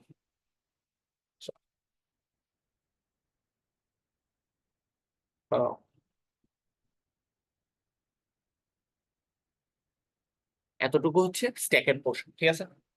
এখন স্ট্যাকের মধ্যে যে কাজটা হয়েছে, আমি যে মাত্র মেইন ফাংশনকে কল করলাম, সেই মেইন ফাংশনটা স্ট্যাক মেমোরি পোর্শনের মতো কল হয়ে গেল এবং একটা নির্দিষ্ট পরিমাণে জায়গা নিয়ে ফেলছে। সে জায়গা নেওয়ার পরে তাকে বলা হয়েছে যে তুমি রেজাল্ট নামক একটা ভেরিয়েবলকে কল করলো এবং সেখানে রেজাল্টটা চলে আসছে, ঠিক আছে। দেন তাকে বললো যে রেজাল্টের মধ্যে এমন একটা ভ্যালু অ্যাসাইন করো যা মাই ফাংশন 5 প্যারামিটার পাস করলে, ঠিক আছে, এটা আউটপুটটা এসে থাকে। এখন যে মাত্র সে এই লাইনে এসে দেখলো মাই ফাংশনকে কল করা হয়েছে, সে যে কাজটা করে এই স্ট্যাক পোর্শনের ভিতরই আরেকটা ফাংশনের জন্য জায়গা তৈরি করে ফেলে, ঠিক আছে, এবং সেটার নাম দেয় কি? মাই ফাংশন, ঠিক আছে। বুঝা গেছে এতটুকু কিভাবে স্ট্যাকের মধ্যে বিভিন্ন ফাংশন ডিফারেন্ট ডিফারেন্ট জায়গা ক্রিয়েট করতে পারে? বুঝা গেছে। এখন যেই মাত্র তাকে মেইন মাই ফাংশনকে কল করতে বলা হয়েছে, সে মেইন ফাংশন থেকে বের হয়ে মাই ফাংশনের দিকে মুভ করছে। এখন মাই ফাংশনে যে মাত্র সে মুভ করলো, সে দেখতে পেল তাকে মাই ফাংশনের ভিতর এক্স এবং ওয়াই নামক দুইটা ভেরিয়েবলকে ডিক্লেয়ার করতে বলা হয়েছে, ঠিক আছে, এবং সে সেগুলোকে ডিক্লেয়ার করেও দিল। দেন তাকে বলা হয়েছে যে তুমি আরেকটা নতুন ভেরিয়েবল নাও, সেটার নাম দিল রেজাল্ট, ঠিক আছে। অর্থাৎ এখন মাই ফাংশন ফ্রেমের মধ্যে তিনটা ভেরিয়েবল আছে, এক্স ওয়াই এবং রেজাল্ট, এবং তাকে বলা হয়েছে এক্স প্লাস ওয়াই কে নিয়ে তুমি এখানের মধ্যে যোগ করো। এখন এখানে আরেকটা কথা আছে, কথাটা হচ্ছে আমি তো মেইন ফাংশনের থ্রুতে 5 আর 3 কে পাস করতেছি, তাই না? প্রথমে 5 এবং পরে 3, দেখো সেম ভাবে কিন্তু এখানে এক্স আর ওয়াই এর পজিশন, যার কারণে এখানে এক্স এর জায়গায় 5 এবং ওয়াই এর জায়গায় 3 অটোমেটিক্যালি অ্যাসাইন হয়ে গেছে। বুঝা গেছে কি বলতে চাইলাম? ক্লিয়ার? একটু জটিল আমি নিজেও জানি, কিন্তু একটু বোঝার ট্রাই করতে হবে। বুঝা গেছে? আশা করি বুঝা গেছে। অর্থাৎ আমি বলতে চাইলাম যে মাই ফাংশন যখনই কল হয়েছে তার দুইটা প্যারামিটার এখানে পাস হয়ে গেছে, এবং পাস হয়ে গিয়ে এক্স এর মান 5 এবং ওয়াই এর মান 3 অ্যাসাইন হলো, এবং নতুন একটা ভেরিয়েবল রেজাল্ট ডিক্লেয়ার হওয়ার সাথে সাথে সে দুইটা যোগ করে এখানে 8 চলে আসছে। অর্থাৎ রেজাল্টে তখন সেভ আছে কত? 8। এখন রেজাল্টে যখন 8 সেভ আছে, বলা হয়েছে যে তুমি রিটার্ন করো 8 কে। এখন যে মাত্র সে রিটার্ন করে ফেলছে, সেই মাত্র যে ঘটনাটা হয়, সেই মাত্র যে ঘটনাটা হয়, এই স্ট্যাক ফ্রেম থেকে এই যে মাই ফাংশন পোর্শনটা ছিল সেটা মুছে চলে যায়, ঠিক আছে। এখন আর কিন্তু কোনো মেইন ফাংশনের ভিতর বা স্ট্যাক ফ্রেমের ভিতর কোনো প্রকার মাই ফাংশন এক্সিস্টই করে না। বুঝা গেছে? এটা কিন্তু খুবই ইম্পর্টেন্ট যে যেই মাত্র সে রিটার্ন করছে, যেই মাত্র আমি রিটার্ন স্টেটমেন্টটা দিছি, সেই মাত্র স্ট্যাকের ওই মাই ফাংশন পোর্শনটা মেমোরি থেকে মুছে চলে যায়। ক্লিয়ার? বুঝা গেছে? বুঝা গেছে, ঠিক আছে। এখন সে কোথায় রিটার্ন করছে? সে রিটার্ন করছে মেইন ফাংশনে এক্সিস্ট করা রেজাল্ট আরেকটা ভেরিয়েবল। কি রিটার্ন করছিল? সে রেসের মানটা রিটার্ন করছিল, এবং রেসের মানটা ছিল 8, এবং সেটা গিয়ে রেজাল্টে অ্যাসাইন হয়ে যায়, এবং লাস্টে রেজাল্টটা প্রিন্ট হয়, যার কারণে এটা 8। Is that clear? সম্পূর্ণ প্রক্রিয়াটা কিভাবে হয়েছে বোঝা গেছে? ঠিক আছে, এটা কিন্তু বেশ ইম্পর্টেন্ট, মেমোরি অ্যালোকেশন সি প্রোগ্রামের খুবই ইম্পর্টেন্ট একটা প্রশ্ন, এবং এই ক্ষেত্রে হচ্ছে কিভাবে কি হয় সেটা দেখে রাখা ভালো। আচ্ছা, এখানে আরেকটা জিনিস বলি যে রেজাল্ট ইকুয়ালস টু 8 প্রিন্ট হইলো, তারপর প্রিন্ট হয়ে গেল, দেন সে রিটার্ন 0 করছে। একটু আগেই বললাম যে যেই মাত্র সে রিটার্ন করে, সেই মাত্র তার কাজ কি? সেই মাত্র তার কাজ হচ্ছে ফাংশনটাকে স্ট্যাক ফ্রেম থেকে মুছে ফেলা। এই মেইন ফাংশনও তখন স্ট্যাক ফ্রেম থেকে মুছে দেয়। বুঝা গেছে? স্ট্যাক শুরুতে যা ছিল লাস্টে এসেও সেটাতে ব্যাক আসছে, শুধু মাঝখান দিয়ে দুইটা ফাংশন তার কাজ করে দিয়ে চলে গেছে। ঠিক আছে? ক্লিয়ার? এটা কিন্তু খুবই ইম্পর্টেন্ট। বুঝা গেছে? এখন তোমার কাছে একটা কোয়েশ্চেন হচ্ছে, এই ফাংশনটা যখন ধরো মাই ফাংশনটা তো মুছে চলে গেছে, তাই না? মাই ফাংশনটা একটা নির্দিষ্ট টাইমের পর মুছে গেছে। এখন মাই ফাংশনের ভিতর যে মেমোরি গুলো ছিল তার কিছু নির্দিষ্ট অ্যাড্রেস ছিল না? ধরো আমি যে এখানে এক্স ওয়াই জেড এগুলো ডিক্লেয়ার করছিলাম, এক্স ওয়াই রেস, তাদের কিছু নির্দিষ্ট অ্যাড্রেস ছিল না? এই অ্যাড্রেস গুলো কি মেইন ফাংশনটা, সরি মাই ফাংশনটা রিমুভ হয়ে যাওয়ার পর কখনোই এক্সিস্ট করা পসিবল?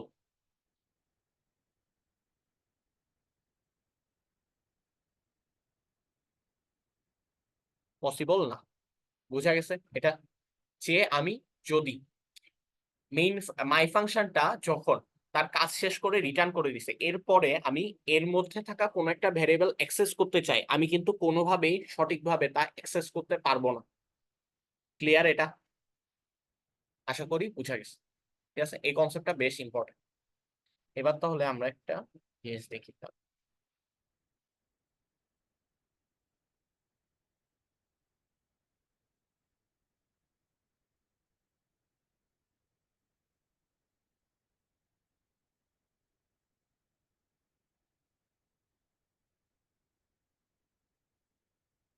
একটু wait করো।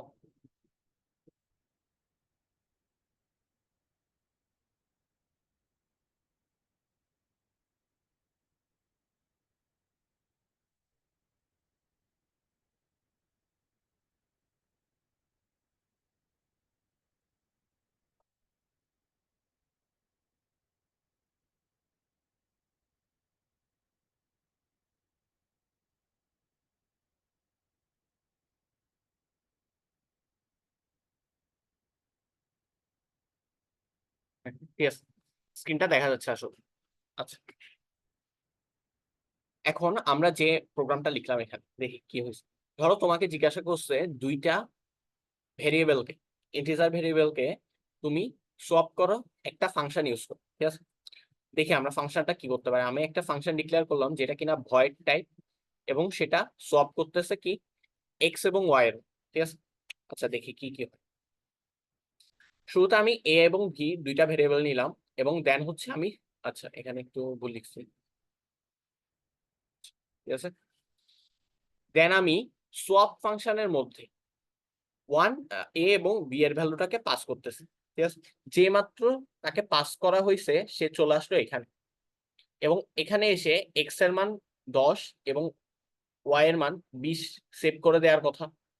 সে সেভ করে দিল, দেন হচ্ছে একটা টেম্পোরারি ভেরিয়েবল ইউজ করে সে দুইটাকে সোয়াপ করলো, এবং দেন জিনিসটাকে রিটার্ন করলো।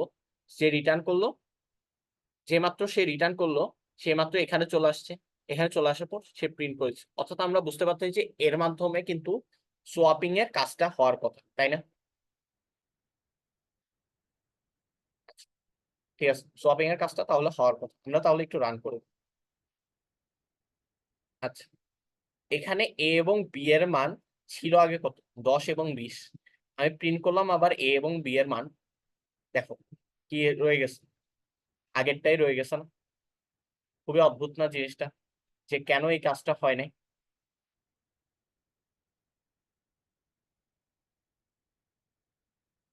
বুঝা গেছে? আচ্ছা, অ্যাকচুয়ালি কি ঘটনা হয়েছে আমরা যদি সেটা দেখার একটু ট্রাই করি। আচ্ছা, আমি তো একটু আগে যখন স্ট্যাক ফ্রেম নিয়ে কথা বলতেছি, তখন আমি এটা দেখাইছি না যে যে মাত্র আমি একটা এক্সট্রা ফাংশন কল করব। আচ্ছা, আমার কথাটা কি শোনা যাচ্ছে? নেটওয়ার্ক একটু ডিস্টার্ব করছে বোধ, ক্লিয়ার শোনা যাচ্ছে আমার কথা? আচ্ছা, yes। একটু আগে যখন আমি পড়াচ্ছিলাম যে স্ট্যাক ফ্রেম নিয়ে, তখন আমি বলছিলাম যে মাত্র আমি একটা এক্সট্রা ফাংশনকে কল করব, সেই ফাংশনটা স্ট্যাক ফ্রেমের মধ্যে আলাদা একটা জায়গা নিবে, এবং সেখানের মধ্যে কিছু নতুন নতুন অ্যাড্রেসে তার থাকা ভেরিয়েবল গুলোকে সেভ করবে। ঠিক বললাম? ঠিক বললাম? ঠিক আছে, এখন এই যে এ এবং বি আছে, এই এ এবং বি আছে মেইন ফাংশনের নির্দিষ্ট অ্যাড্রেস, তাই না? সে কিন্তু সোয়াপের অ্যাড্রেসে নাই, সে আছে মেইন ফাংশনের অ্যাড্রেস। আমি যদি একটু ভিজুয়ালাইজ করে দেখানোর ট্রাই করি জিনিসটা, তাহলে আর একটু বেটার।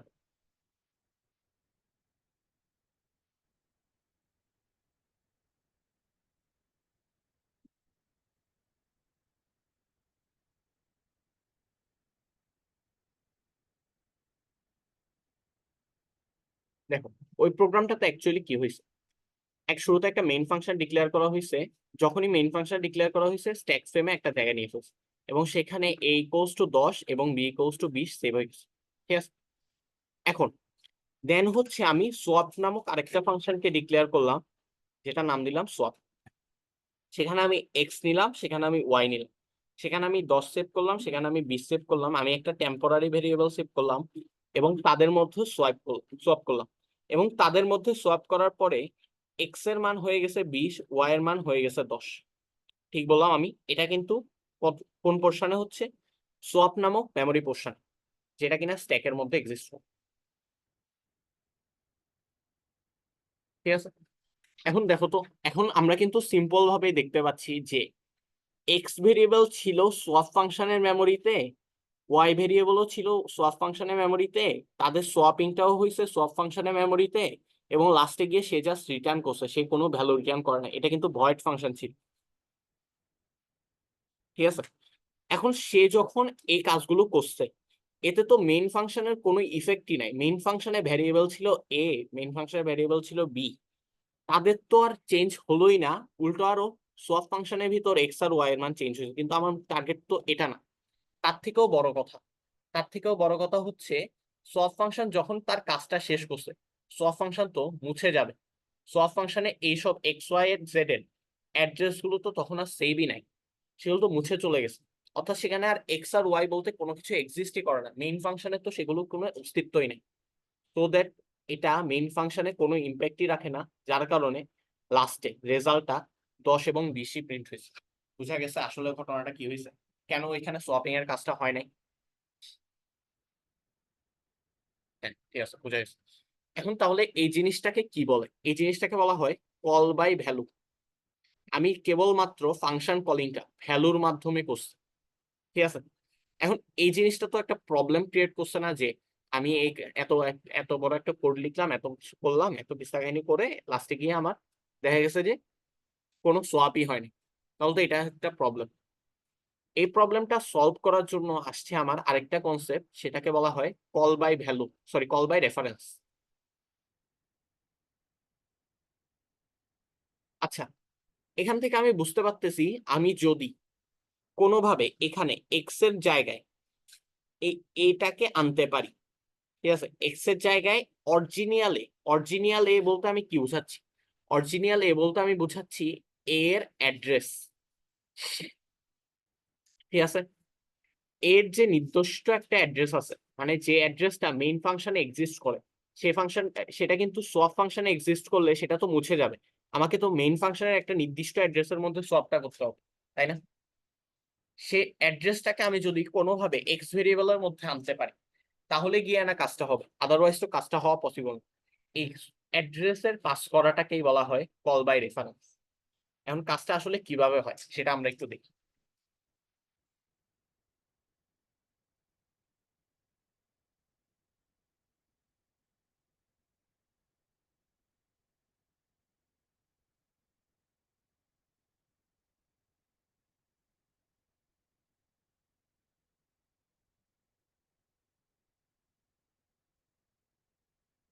এবার যদি আমরা দেখি যে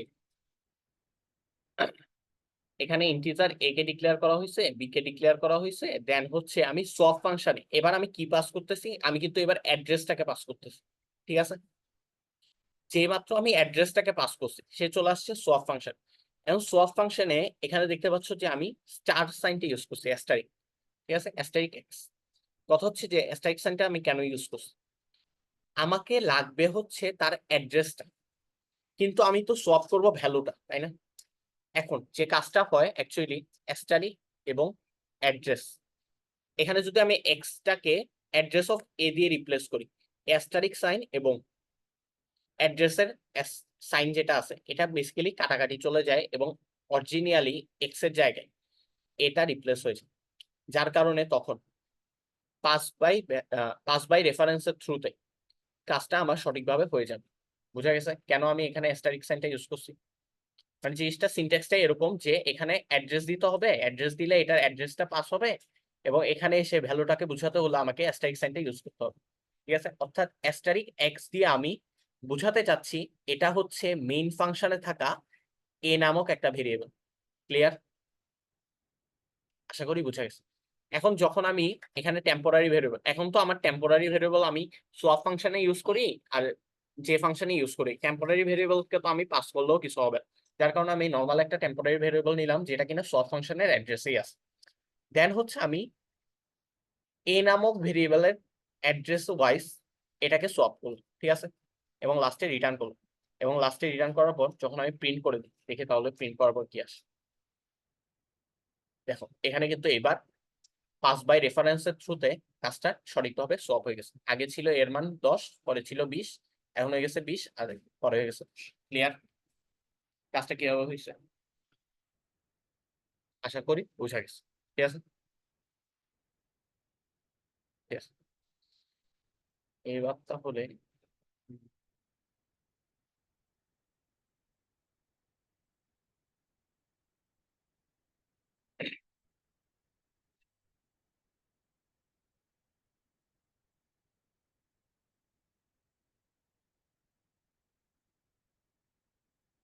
এবার তাহলে আমরা একটু ইয়ান কেতে যাই।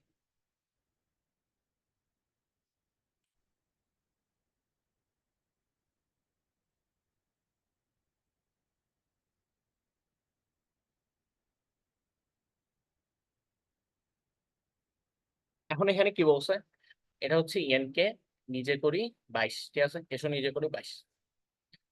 এখানে কি বলা হয়েছে যে লম্ব দেয়া আছে, ভূমি দেয়া আছে, এসকিউআরটি ফাংশন ইউজ করে আমাকে সমকোণী ত্রিভুজের অতিভুজ বের করতে বলছে।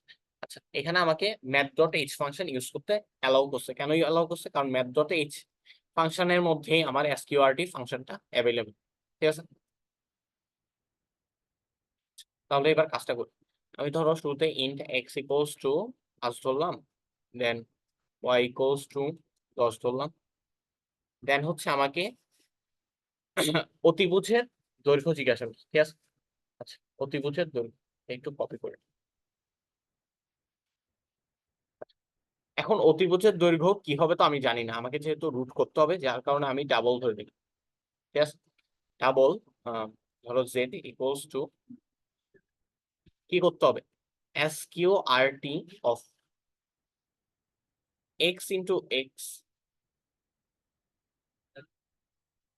Plus y into y. ঠিক আছে, বুঝে গেছে আসলে। দেন আমি প্রিন্ট করবো, প্রিন্ট এফ কন্ট্রোল ভি। কি প্রিন্ট করব, একটা ডাবল ভেরিয়েবল এবং কার মধ্যে সেভ আছে, জেড ভেরিয়েবলের মধ্যে। দেন আমি যদি এটাকে রান করি, সব ঠিক আছে তো, আশা করি ঠিক আছে।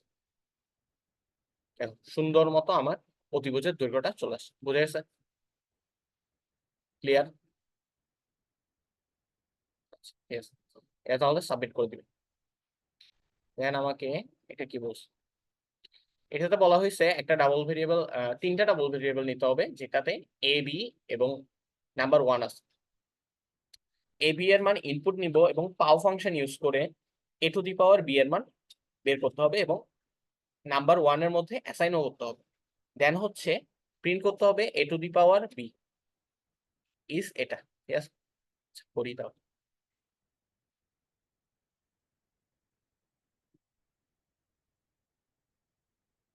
ইন্টিজার এ ইকুয়ালস টু, আচ্ছা এ এবং বি আমি ইনপুট নিব এবং নাম্বার 1 আরেকটা ভেরিয়েবল আমার লাগবে, স্ক্যানএফ। আচ্ছা ইন্টিজার তো না, আমাকে বলছে ডাবল নিব। ঠিক আছে, তো আমি ডাবল নিব, ইউ ইউ বি এল। ঠিক আছে, scanf percent LF percent LF comma দিয়ে M percent of A comma দিয়ে এম পার্সেন্ট অফ। ঠিক আছে, আমি দুইটাকে ইনপুট নিয়ে ফেলাম।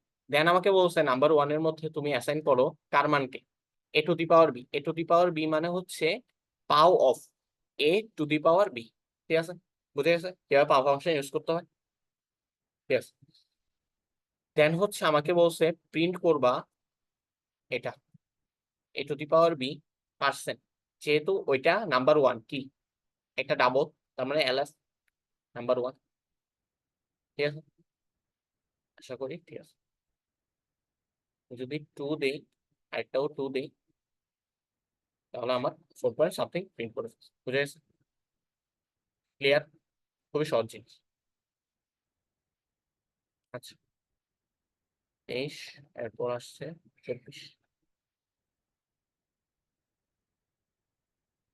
ঠিক আছে, এখানে কি বলছে একটা ইনপুট নিবে। আচ্ছা একটা কি নিব, তোমার নামটিকে ইনপুট নিব, তোমার নামটি। এখন কথা হচ্ছে যে আমার নামটা তো 2 অক্ষরের হইতে পারে। ঠিক আছে, এখন 2 অক্ষরের যখন হবে, আগে তো আমি একটা স্ট্রিং ডিক্লেয়ার করি যেটার নাম দিলাম নেম। আমি নাম দিলাম ম্যাক্সিমাম লেন্থ 20। ঠিক আছে, দেন আমাকে বলছে স্ক্যানএফ করতে। ঠিক আছে, চাইলে তুমি গ্যাটসও করতে পারো, স্ক্যানএফও করতে পারো, যে কোনো কিছু করতে পারো, সমস্যা নেই। ঠিক আছে, স্ক্যানএফ এর মাধ্যমে আমি আপাতত ধরে নিলাম যে নেমটা হচ্ছে একটা অক্ষরে। ঠিক আছে, পার্সেন্ট এস কমা দিয়ে নেম। ঠিক আছে, আমি চাইলে এখানে এম্পারসেন্ট সাইন ইউজও করতে পারি, ইউজ নাও করলেও সমস্যা নেই। আচ্ছা, তার মানে আমার ইনপুট নেওয়া শেষ। দেন হচ্ছে আমাকে লেন্থ সহ প্রিন্ট করতে বলছে। ঠিক আছে, তোমার দৈর্ঘ্য হবে নেম লেন্থ নামক একটা ভেরিয়েবল। তার মানে আমাকে একটা ভেরিয়েবল ডিক্লেয়ার করতে বলা হয়েছে যেটা কিনা লেম লেন্থ এলিয়েন। ঠিক আছে, এটার মধ্যে কি রাখতে বলা হয়েছে, str লেন্থ ফাংশন ইউজ করে নেম ভেরিয়েবলটার লেনটাকে রাখতে বলা হয়েছে। এখন যেহেতু আমি str লেন ইউজ করে ফেলছি, তার মানে আমাকে এখানে স্ট্রিং ডট এইচ অবশ্যই ইউজ করতে হবে, আদারওয়াইজ প্রোগ্রাম কিন্তু রান হবে না ঠিকঠাক বা এরর দেখাবে। ঠিক আছে, এবার তাহলে আমি কি প্রিন্ট করব, প্রিন্ট এফ। আমাকে প্রিন্ট করতে বলা হয়েছে দ্য লেন্থ অফ কত characters, length of my name %s, হ্যাঁ দিতে হবে %d, কমা দিয়ে শুরুতে কি দিব নেম এবং লাস্টে কি দিব %d, মানে হচ্ছে নেম লেন। ঠিক আছে, এটা আমি প্রিন্ট করতেছি, দেখি সবকিছু ঠিক আছে আশা করি। ঠিক আছে, রান যদি করি আমার থেকে ইনপুট চাচ্ছে, আমি দিলাম, দেখো সুন্দর মতো এটা প্রিন্ট হয়েছে। ক্লিয়ার, বুঝা গেছে আশা করি। আচ্ছা, সহজ জিনিস। এরপর তাহলে আমরা যদি পরেরটাতে, পরেরটাতে বলা হয়েছে একটি ফাংশন লিখো যার ডেসিমেল সংখ্যা ইনপুট নিয়ে তাকে বাইনারিতে প্রিন্ট করো। আচ্ছা, এটা হচ্ছে তোমাদের বাড়ির কাজ। ঠিক আছে, এটা যদি না পারো কোনো সমস্যা নেই, ইন্টারনেটে রিসোর্স আছে, ইন্টারনেটে রিসোর্স কেটে হলেও এটা সাবমিট করতে হবে। ক্লিয়ার, সবগুলো আমি করিয়ে দিলে হবে না। বুঝা গেছে কিভাবে কাজটা করতে হবে? ঠিক আছে, এরপর একটা দেখি। আমাকে বলা হয়েছে নিচের প্রোগ্রামটি এমন ভাবে পরিবর্তন করো যাতে 1 থেকে 10 পর্যন্ত সকল সংখ্যার নামতা প্রিন্ট হয়। 1 থেকে 10 পর্যন্ত সবগুলো সংখ্যার নামতা একসাথে প্রিন্ট হতে হবে, এজন্য লুপ ব্যবহার করতে হবে। আচ্ছা, এজন্য লুপ ব্যবহার করতে হবে এবং লুপের ভেতর প্রিন্ট এই ফাংশনটাকে বারবার কল করতে হবে বলছে। আচ্ছা, দেখি এখানে কি বলছে। এখানে দেখলাম যে ফার্স্ট লাইনে দেখতে পেলাম যে ওরা একটা ফাংশনকে ডিক্লেয়ার করলো যার মধ্যে n ভেরিয়েবলটাকে তারা পাস করছে। দেন হচ্ছে মেইন ফাংশনের ভিতর একটা সংখ্যা ইনপুট নিছে এবং সে সংখ্যাটাকে স্ক্যান করছে, দেন হচ্ছে এই ফাংশনটাকে একবার কল দিছে। আমাদের কিন্তু লুপের ভেতর কল করতে বলা হয়েছে, অর্থাৎ আমরা বুঝতে পারতেছি এটাকে লুপের ভেতর কল করতে হবে। আচ্ছা, যা বুঝতে পারছি তা ঠিক আছে, প্যারা নেই। এরপরে দেখি, এরপরে বলা হয়েছে এই ফাংশনের ডেফিনেশনটা। ফাংশনের ডেফিনেশনে কি বলছে, এন নামক ভেরিয়েবল আছে, সে একটা নতুন ভেরিয়েবল নিল আই, দেন প্রিন্ট করলো যে এটা, এবং দেন সে এখানে একটা লুপ চালায়, সে নামতাটাকে প্রিন্ট করে নিচ্ছে। ঠিক আছে, বুঝা গেছে এতটুকু কি দেওয়া আছে আসলে। এবার তাহলে আমরা এতটুকু বুঝতে পারতেছি যে আমাদের কাজ হবে আসলে এখান থেকে এটা রিমুভ করে এখানে একটা ফর লুপ লিখি। ফর লুপের কাজটা হবে int i equals to 0, i less than or equals to 10। আচ্ছা, 0 থেকে শুরু করলে তো হবে না, আমার থেকে 1-এর নামতা থেকে 10-এর নামতা জানতে চাইছি, i প্লাস প্লাস। ঠিক আছে, প্রিন্ট করে দেখি।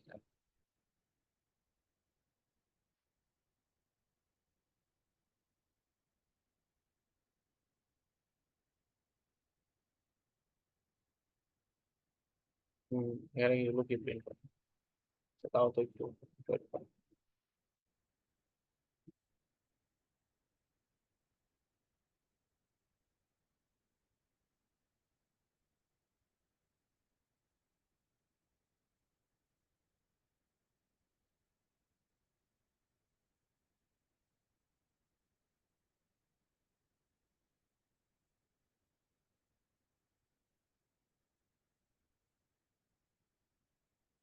আচ্ছা, বুঝছি, একটু দাঁড়াও।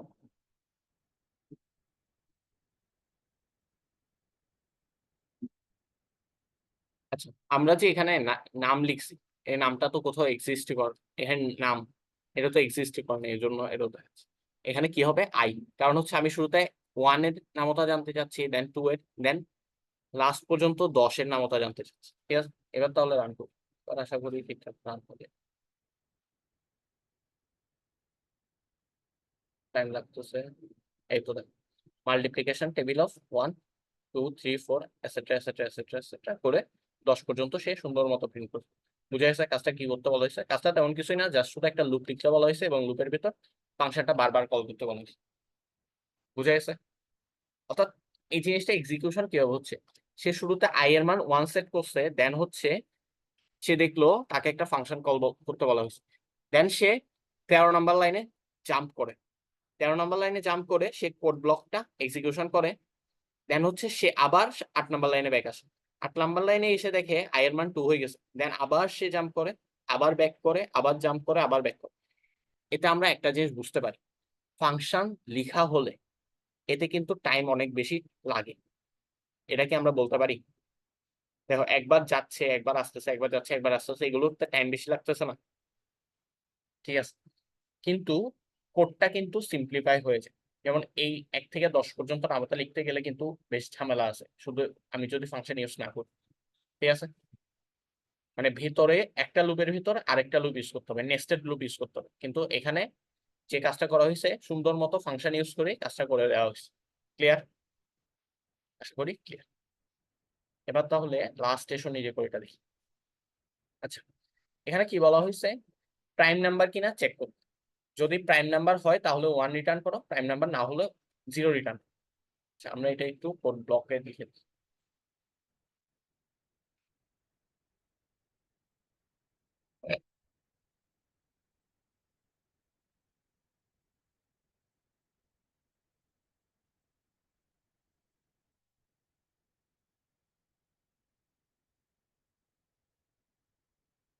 আচ্ছা, আমরা যদি লিখি হ্যাশ ইনক্লুড, আমার থেকে সেভ ছিল। ঠিক আছে। এবার তাহলে আমরা যদি দেখি, আমাদেরকে শুরুতে একটা ইন্টিজার এন ভেরিয়েবল নিতে হবে। আমাদেরকে কিন্তু কাজটা ফাংশনের থ্রুতে করতে বলা হয়েছে। ঠিক আছে, এখন যেহেতু আমাকে ফাংশন থ্রুতে করতে বলা হয়েছে, অর্থাৎ আমাকে ফাংশন ইউজ করতেই হবে। তো দেখি কি আর করা যায়। আমি শুরুতে স্ক্যানএফ করলাম %d, এম্পারসেন্ট অফ। ঠিক আছে, এতটুকু আমি নিয়ে নিলাম। এখন কথা হচ্ছে যে একটা সংখ্যা কখন প্রাইম হয়। একটা সংখ্যা যদি 1 এবং কেবলমাত্র ওই সংখ্যাটা দিয়ে বিভাজ্য হয় এবং এর মধ্যে থাকা অন্য কোনো নাম্বার দিয়ে অবিভাজ্য হয়, তাহলে গিয়ে তো আমি বলতে পারবো যে এটা একটা কি কি এটা একটা প্রাইম নাম্বার। কিন্তু এর মধ্যে আবার ঘাবলা আছে। ঘাবলাটা কি? ঘাবলাটা হচ্ছে 1 নি। 1 কিন্তু is not a prime number, অর্থাৎ এটা কিন্তু আলাদাভাবে আমাদেরকে চেক করতে হবে যে 1 আমি ইনপুট দিচ্ছি কিনা। 1 যদি আমি ইনপুট দেই, ইফ n ইকুয়ালস টু 1, তাহলে আমি বলে ফেলতে পারবো যে আচ্ছা, এটাও আমাকে ফাংশনের থ্রুতে করতে হবে, এজন্য আমি আর এখানে আলাদাভাবে লিখতাম। ঠিক আছে, দেখি আমরা ফাংশনটা কিভাবে লেখা যায়। ধরো আমি একটা ইন্টিজার ভেরিয়েবল ডিক্লেয়ার করলাম, সেটা নাম দিলাম ফ্ল্যাগ।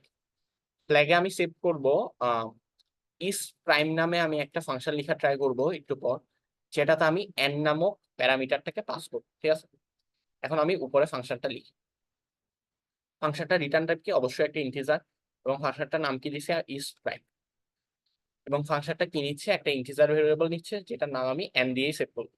অন্য যে কোনো নাম দিতেই পারি, সেম নাম দিলেও কোনো সমস্যা নেই। এখন কাজটা কি হচ্ছে, আমাকে চেক করতে হবে ফর। আচ্ছা, ফার্স্টে চেক করতে হবে যদি n এর মান ইকুয়ালস টু 1 হয়। যদি n এর মান 1 হয়, আমি বুঝতে পারতেছি যে সেটা কি, সেটা প্রাইম না।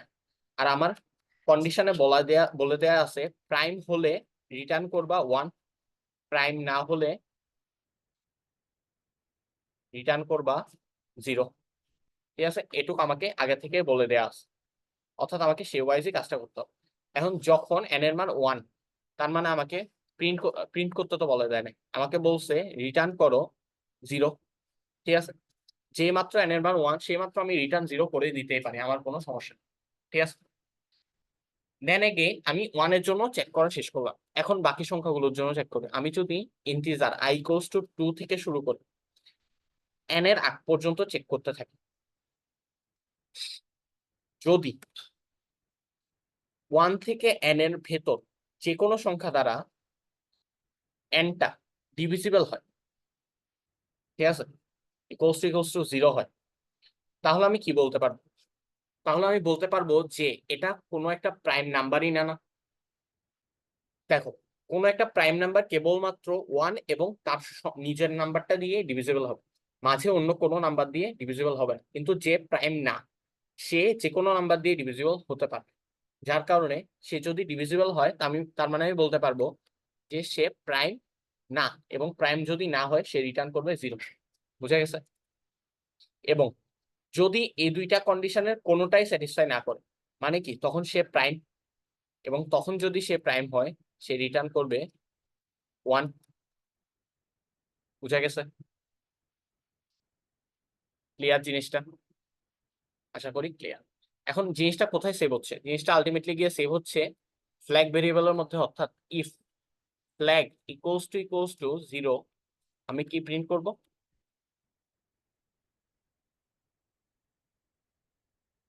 প্রিন্ট করতে হবে যে নট প্রাইম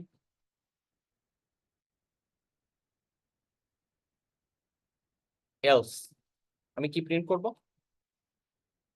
প্রাইম।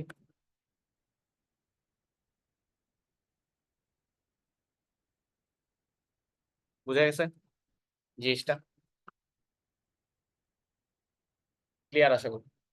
কোডটা রান করে দেখি। ধরো আমি 5 ইনপুট দিলাম, আমাকে প্রাইম বলতেছে। আমি 10 ইনপুট দিলাম, আমাকে নট প্রাইম বলতেছে। বুঝা গেছে? এই কোডটাও এখানে সেম ভাবে কাজটা করতে হবে।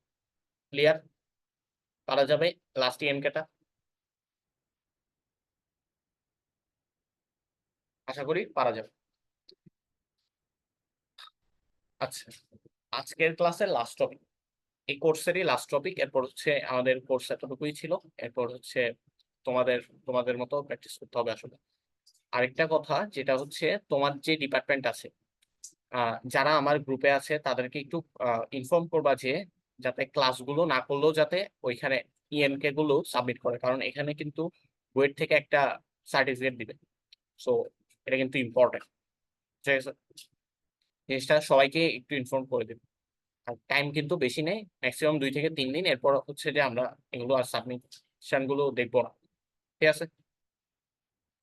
আচ্ছা, অন্য কাউকে চিনো না কিন্তু ডিপার্টমেন্টের কোনো গ্রুপ নেই, মেসেঞ্জার গ্রুপ বা কিছু গ্রুপ, ওই গ্রুপগুলোতে পারলে একটু ইনফর্ম করো। ঠিক আছে? আচ্ছা, আমরা তাহলে একটু ক্লাসে মুভ করি।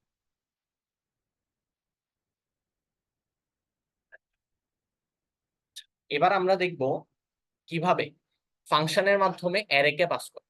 ঠিক আছে? এটা আমরা একটু দেখি। দাঁড়াও।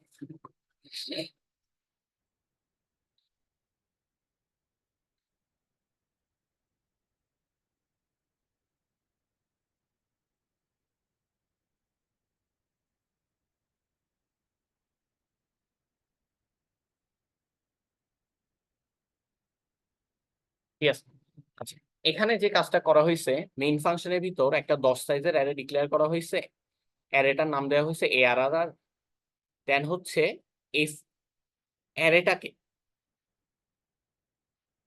এই অ্যারেটাকে সাম নামক একটা ফাংশনের থ্রুতে পাস করা হয়েছে, এবং সাথে সাথে অ্যারেটার যে সাইজ আছে সে সাইজটাকেও ডিক্লেয়ার করা দেওয়া হয়েছে। সেটা কি? 10। সাইজটা ডিক্লেয়ার করার একটা বিশেষ কারণ আছে, সেটা বলবো পরে। ঠিক আছে? আমি যদি সাইজটা ডিক্লেয়ার না করতাম, আমি কখনোই এখানে যে কাজটা করতে চাচ্ছি, অর্থাৎ সবগুলো সংখ্যা সাম বের করা, সামেশন বের করা, সেটা করা পসিবল হতো না। কেন হতো না বলতেছে। ঠিক আছে? এখন যে কাজটা করা হয়েছে, যে মাত্র আমি অ্যারেটাকে কল করছি, ঠিক আছে, অ্যারেটাকে কল করার সাথে সাথে এখানে অ্যারেটা চলে গেছে, এবং অ্যারেটা চলে গিয়ে এখানে ইন্টিজার ARR এ সেভ হয়ে গেছে। সেভ হয়ে গিয়ে সেখানে সামেশনটা বের করার ট্রাই করছে। সামেশনটা বের করার সিস্টেম আগেই দেখানো হয়েছে। ঠিক আছে? বুঝে গেছে? এবং লাস্টে রিটার্ন সামেশন নামক ভেরিয়েবলটাকে রিটার্ন করছে, এবং সেটা গিয়ে এখানে মেইন ফাংশনে থাকা সামেশন ভেরিয়েবলে সেভ হয়েছে, এবং সেটাকে প্রিন্ট করছে। ইজি জিনিস। আমরা যদি একটু রান করে দেখি,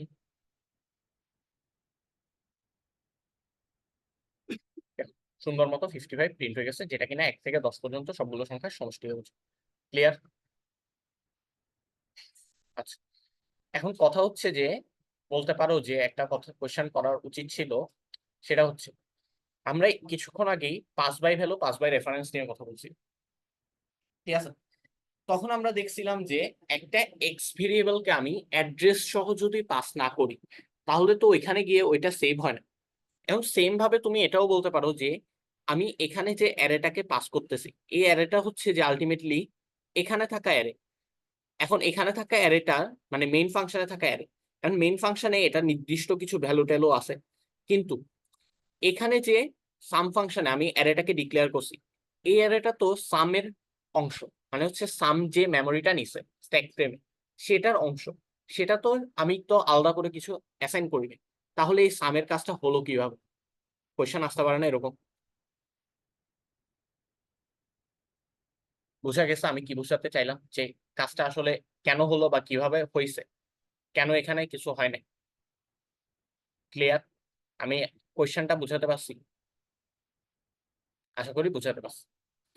এখন অ্যাকচুয়ালি যে কাজটা হয়, আমরা কিছুক্ষণ আগেই স্ট্রিং ইনপুট নেওয়ার ক্ষেত্রে